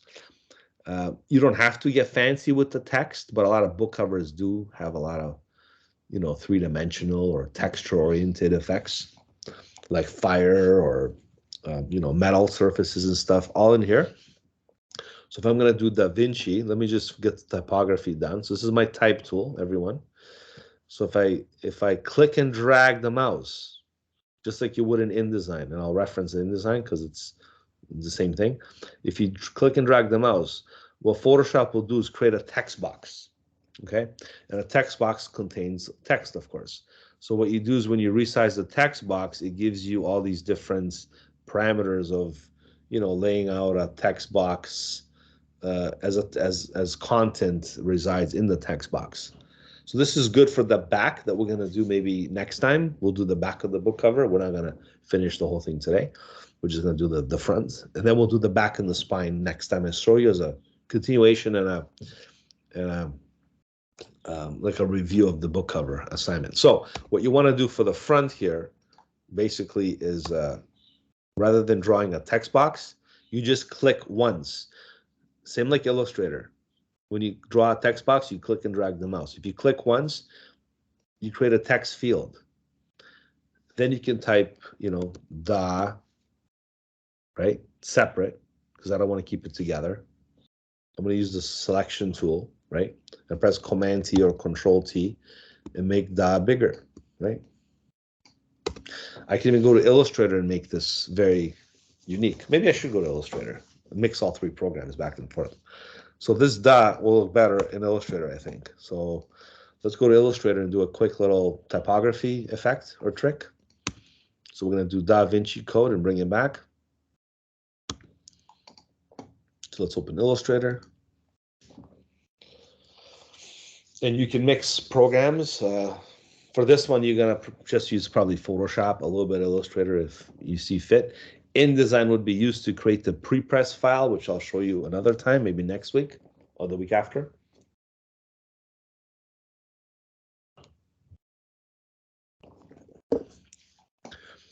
Oh, this is the new Illustrator splash banner. Pretty cool. I got my students to redesign a splash banner like this in my other design class. So that's their main project for the midway through the semester, to recreate an Illustrator splash banner. And some of them are using their self-portraits and other things. I think you guys are doing a self-portrait, I think, in your Illustrator class. So they're doing a banner, which is good because you can then submit it to Behance and see this artist here, Martina Galarza. So she got chosen with her artwork to represent Illustrator for this version. So they get to pick winners every time. So once I open this program here, I guess it's updated. That's why I had to relaunch it again. Vector graphic beta. Text to vector.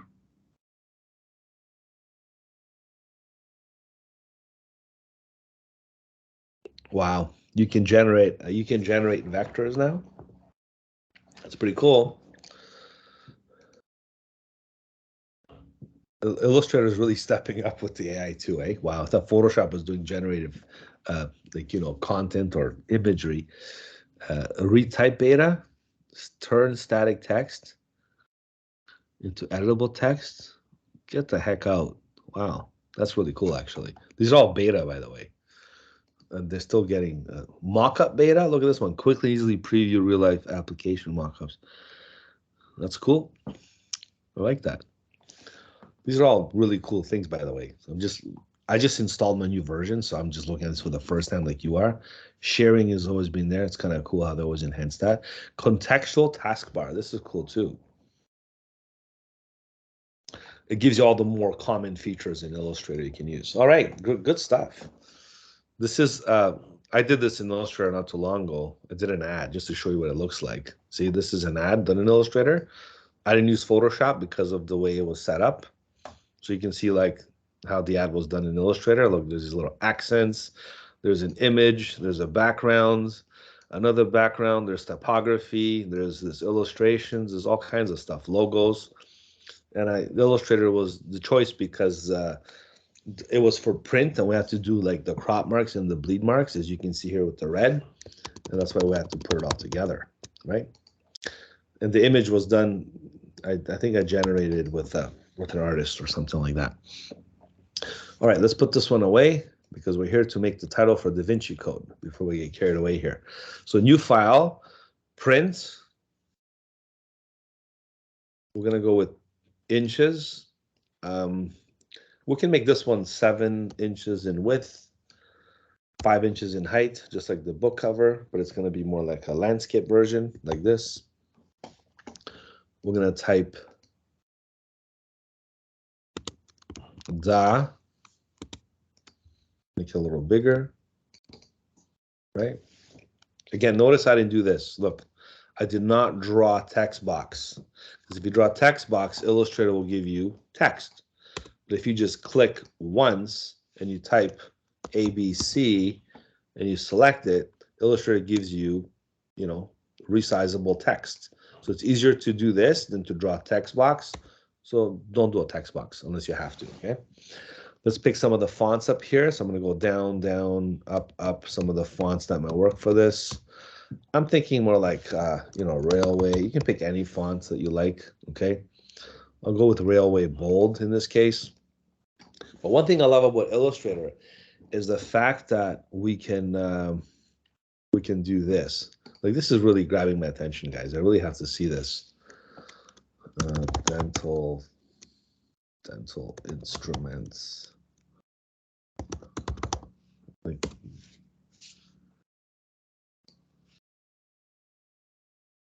Like, what the heck is this? This is really crazy, guys. It's generating vector stuff. It's not even generating pixels anymore. This is like next level. You're generating vector files. Now, even then, you have to still probably, modify it or tweak it, but not bad. Not bad. Not perfect either. You can see how it's not perfect, but it's not bad because you can then, grab parts from it and tweak it. Let's see the other one. Yeah, so it looks like somebody just image traced the real image. Really, I'm not too impressed with this, to be honest with you. It's not bad, but it's not impressed because I can bring an image in Illustrator and do like a trace and have like a similar result too. But, pretty good. I think it's still in beta version, so we'll see what happens when they do that. Okay, back to our file here, the DA. What I want to do here is break this up. First, I want to go to Type, Create Outlines. Why do I want to create outlines? Because Illustrator is the only program in the planet that can do something really, really effective this way. Creating outlines basically omits the font's reliance. So you don't rely on the font anymore. Create outlines gives you outlines. If you press Command Y, you can see the outlines are there. So now what I'm going to do basically is ungroup these two. So now I have the two letters separated, and I can do something really cool with this Da Vinci Code effect, okay? Now, I don't know if I'm going to do that or that exactly, but perhaps maybe I might want to use the white arrow tool, the direct selection tool, and maybe push this A down a little further down like that. Maybe that's what I want to do. And maybe the D, I might want to increase the back a bit. I don't think that's a good idea.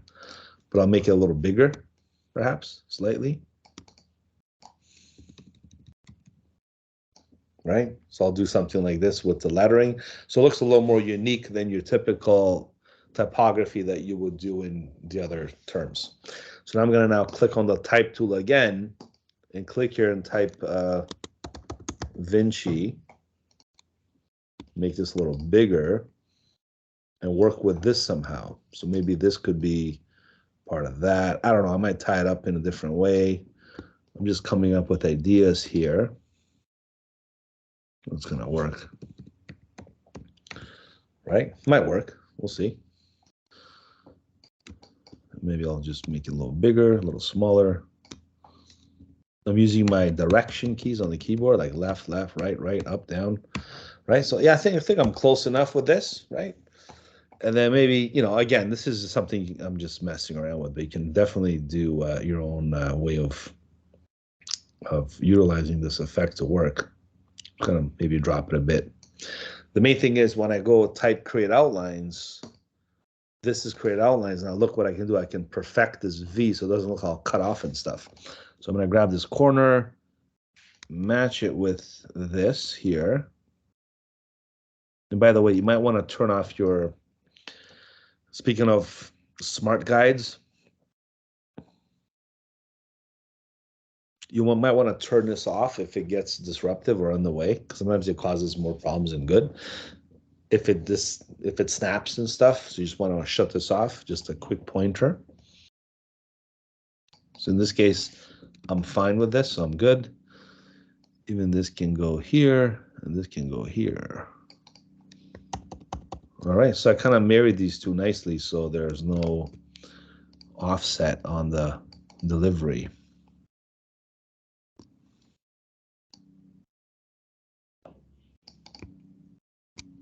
Right? So this can now go into my, I'll use the Pathfinder tool. So it's kind of to really marry these together. I'm gonna have to go use remember the good old Pathfinder, and I'm gonna go ahead and make these into one shape like that. So now this becomes together, this becomes separate, and that's fine.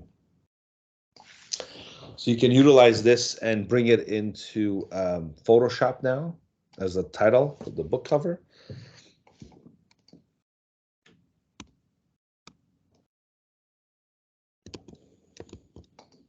So to do that, you're gonna have to, let's first resize the artboard a bit. I'm gonna go to the artboard tool and just make it fitted based on my text here, just to kind of do this.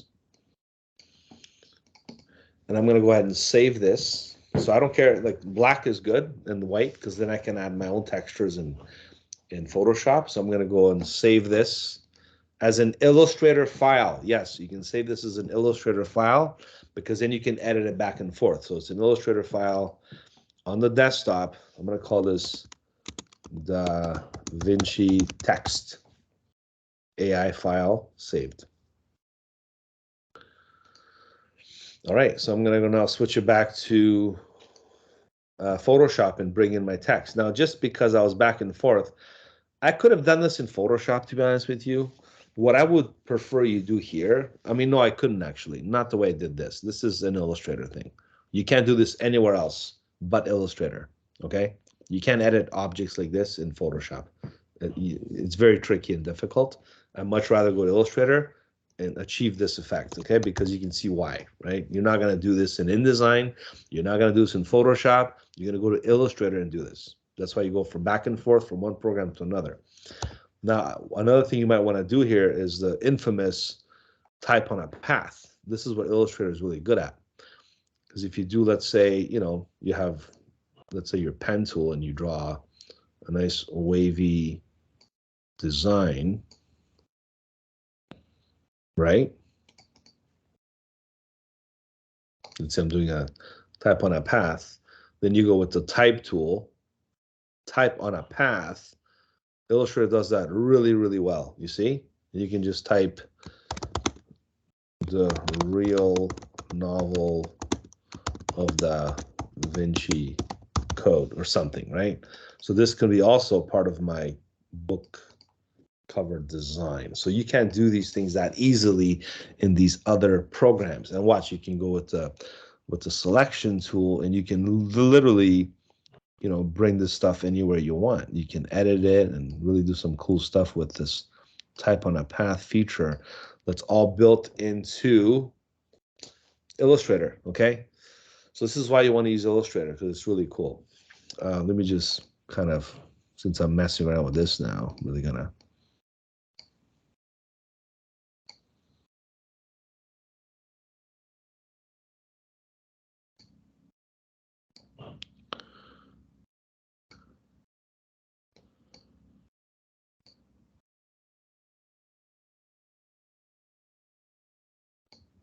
That's fine. I'll go with this, okay?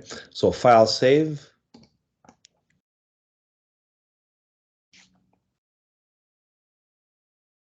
And then if I go here now, I'm just gonna go file place embedded, not linked. So the difference is if you do linked and embedded, is whatever you change in Illustrator, it'll change it in Photoshop. That might be a good opportunity for me to show you this right now, because everything else I do is embedded, which means it's part of the file. But be careful, if it's linked, that means you're relying on the link externally. So just might create more chaos, but to show you the difference, I'm gonna do linked. I'm gonna go to the desktop, select my Illustrator file, okay? Press enter. And there it is. It's linked. Linking means once I go back to my Illustrator and I change this and put it down here, right? And I save it. I go back to Photoshop.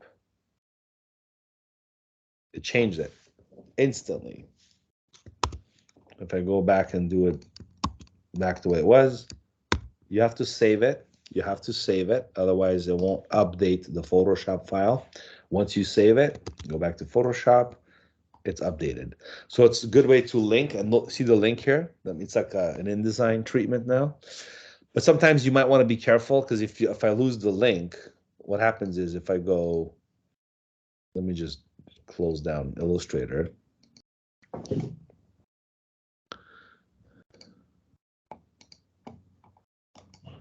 And delete this file, just delete it. Go back to Photoshop. The link is broken. Oh no, right? So that means this file now is compromised. To what degree, I'm not sure. Sometimes it's bad because then it'll go missing or it won't print or some other things can happen depending on the, the complexity. But yeah, you got to make sure that doesn't happen. Basically, keep your stuff together. And you can also go to convert to smart object. Let's see if that works. Oh, that helped it. So by me converting this to a smart object, it said, okay, I'm no longer relying on the link. I lost it or I misplaced it or whatever. Right now, it's embedded, part of Photoshop. The red amber alert's gone, and that means it's good, okay? All right, so that means now I have this thing going, Da Vinci, and then I'll add the word code. Or just call it Da Vinci Code or whatever. Maybe that's our new fancy title of explaining the book, okay? We'll go with that. Another thing you want to do is emphasize this title here, is perhaps we can add some, remember we can do textures and stuff. So let's just say we want to give it some kind of a rustic texture look, maybe some of this stuff up here. All right, so we can go, let's just double click, okay? And go to the layer styles. And this is how layer styles can be very effective in the book cover by going to texture, okay? You can even go to bevel and emboss, perhaps, even a color overlay, whatever you like. I'm going to go to, perhaps I'll do maybe a gradient overlay might work too. And I'll use some of these other gradients that are part of my presets.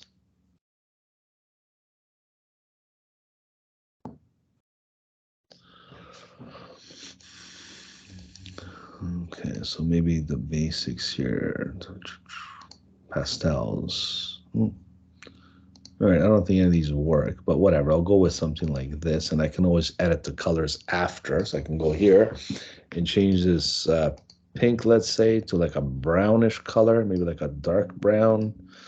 And this lighter one can be also changed to like an orangey look, right? I can also control the way these colors are blended, right? Like that. I can also control the angle. I know it's not the same as the gradient editor there, but it works. Maybe we'll keep it like 90 degrees. Okay, so we'll go top down. Then I can enhance it with perhaps some drop shadow. Okay, not too much because it'll definitely take away from everything else. So very minimal drop shadow effect if needed. I think it's not a good idea because of the small text there, to be honest with you. That's just me. But definitely we're going to control the opacity to a lot smaller amounts there, so it's not too visible, not too overpowering, I should say. We can definitely do the bevel and emboss with the contour, perhaps. We can do a different contour. Maybe that'll elevate the book cover effect as well, like the three-dimensional aspect of it. Yeah, so things like that you can definitely apply. Then there's a pattern overlay. Okay, so this might work too with different patterns. You can't have both.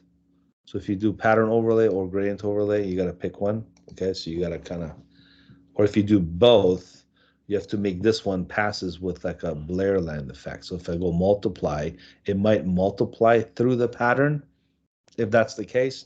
But then you have to make your own pattern, basically. So this pattern might not always work, right? This tiger stripe patterns. Maybe I'll go with this one.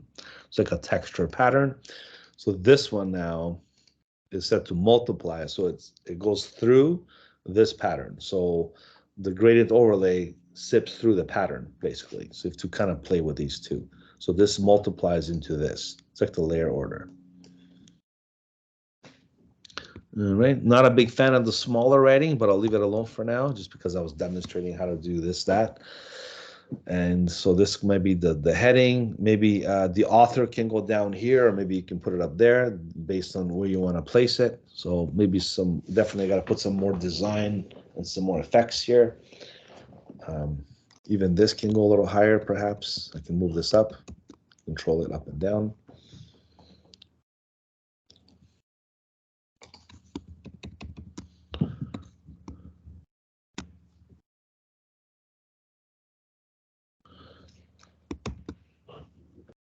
You can do text in Photoshop as well. It's just you have to maybe match the fonts. You just see your code. To show you how easy it is to amalgamate both of these effects. Maybe we can do something like that, whatever, we'll see. It totally doesn't fit the style of the book, but that's fine. I'm just showing you all these different things. I would have done this in Illustrator probably, right? But the fact is, if you want to do it here, if you want to do the code, it doesn't have to align with that. Make sure the font matches, right? So the font will match to the same one here. I'm going to go double click and use my, what did I use before? Railway medium. Maybe I can go with bold this time. So I'll go with Railway bold just to kind of see if I can match this up somehow. So Railway bold, and then I'm gonna watch this now. I'm gonna copy this, see all these styles here, just to show you how versatile Photoshop can be with this. And yeah, I can get in there and make the thickness match this thickness. It's fine. I can do a little bit of this. Maybe make it bigger, perhaps. I should hold Shift when I do this, though. Right? Or I can separate that and make it bigger. Anyhow, let's just not get too nitpicky here. What I want to show you is this. I can copy all these layer styles. So watch this. Copy layer style. Styles. I should put a plural in there.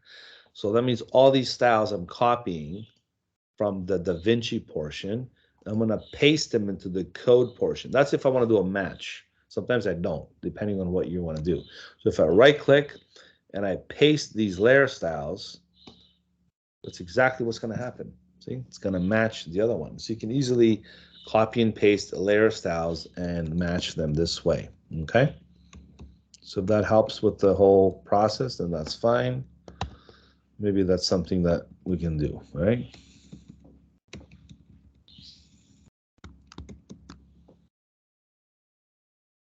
Maybe I'll do something like this, and I'm gonna perhaps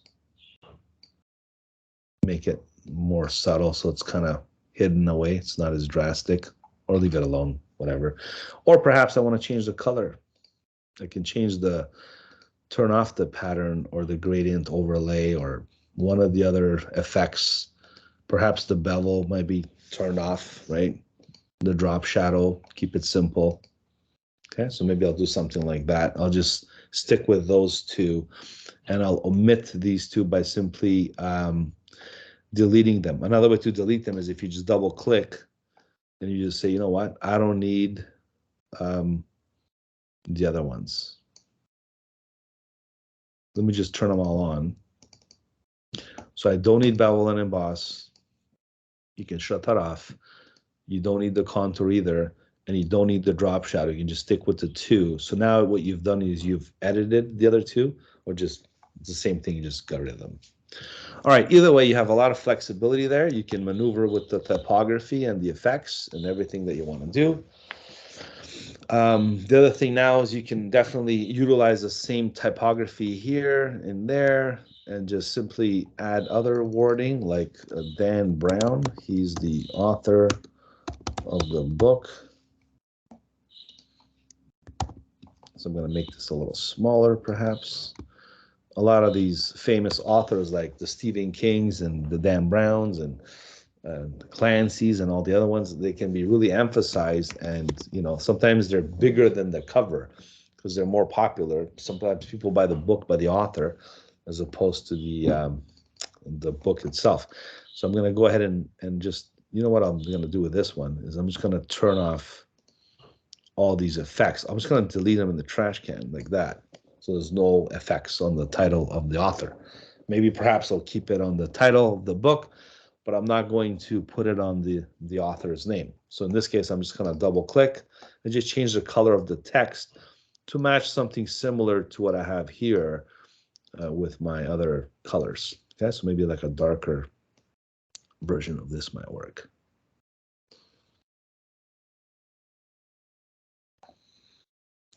Now, if I want this to pop out just a bit, perhaps I can try just a slight, not an outer glow, but maybe a stroke of some kind. Nice and subtle, maybe 2 pixels, very thin, okay? Little things like that might work. With the little yellow accents, maybe lighter,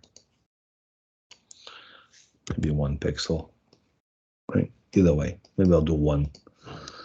All right, so you can see it's got a little outline, not too much. I'm not big on outlines, but if it helps and kind of brings out the author's name a bit, that's fine.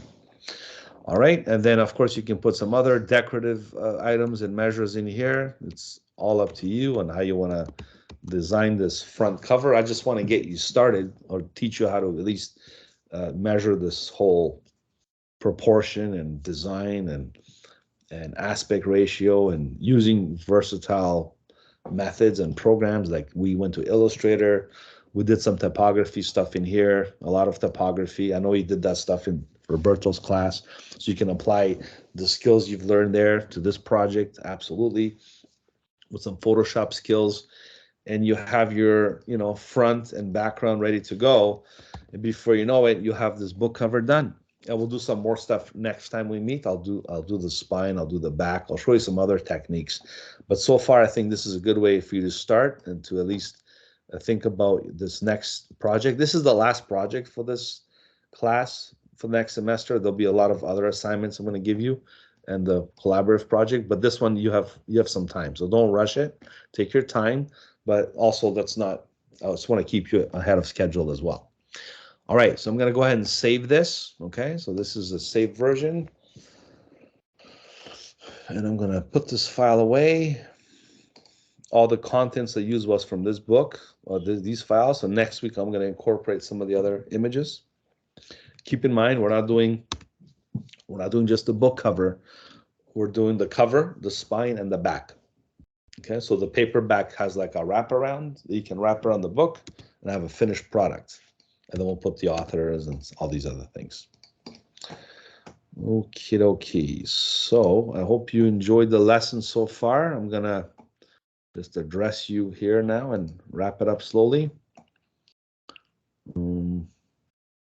Yeah, there we go. All right, everyone's still there? Yes, Christine, go ahead if you have a question.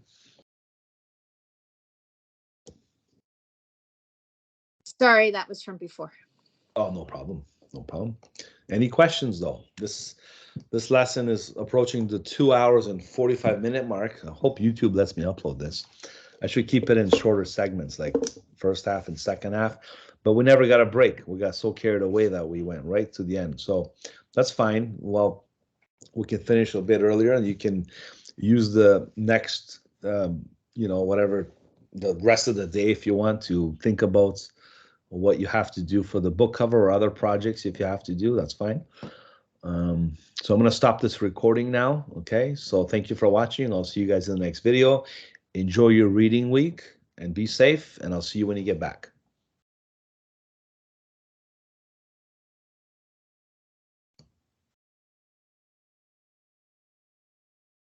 Okay, so that's the record.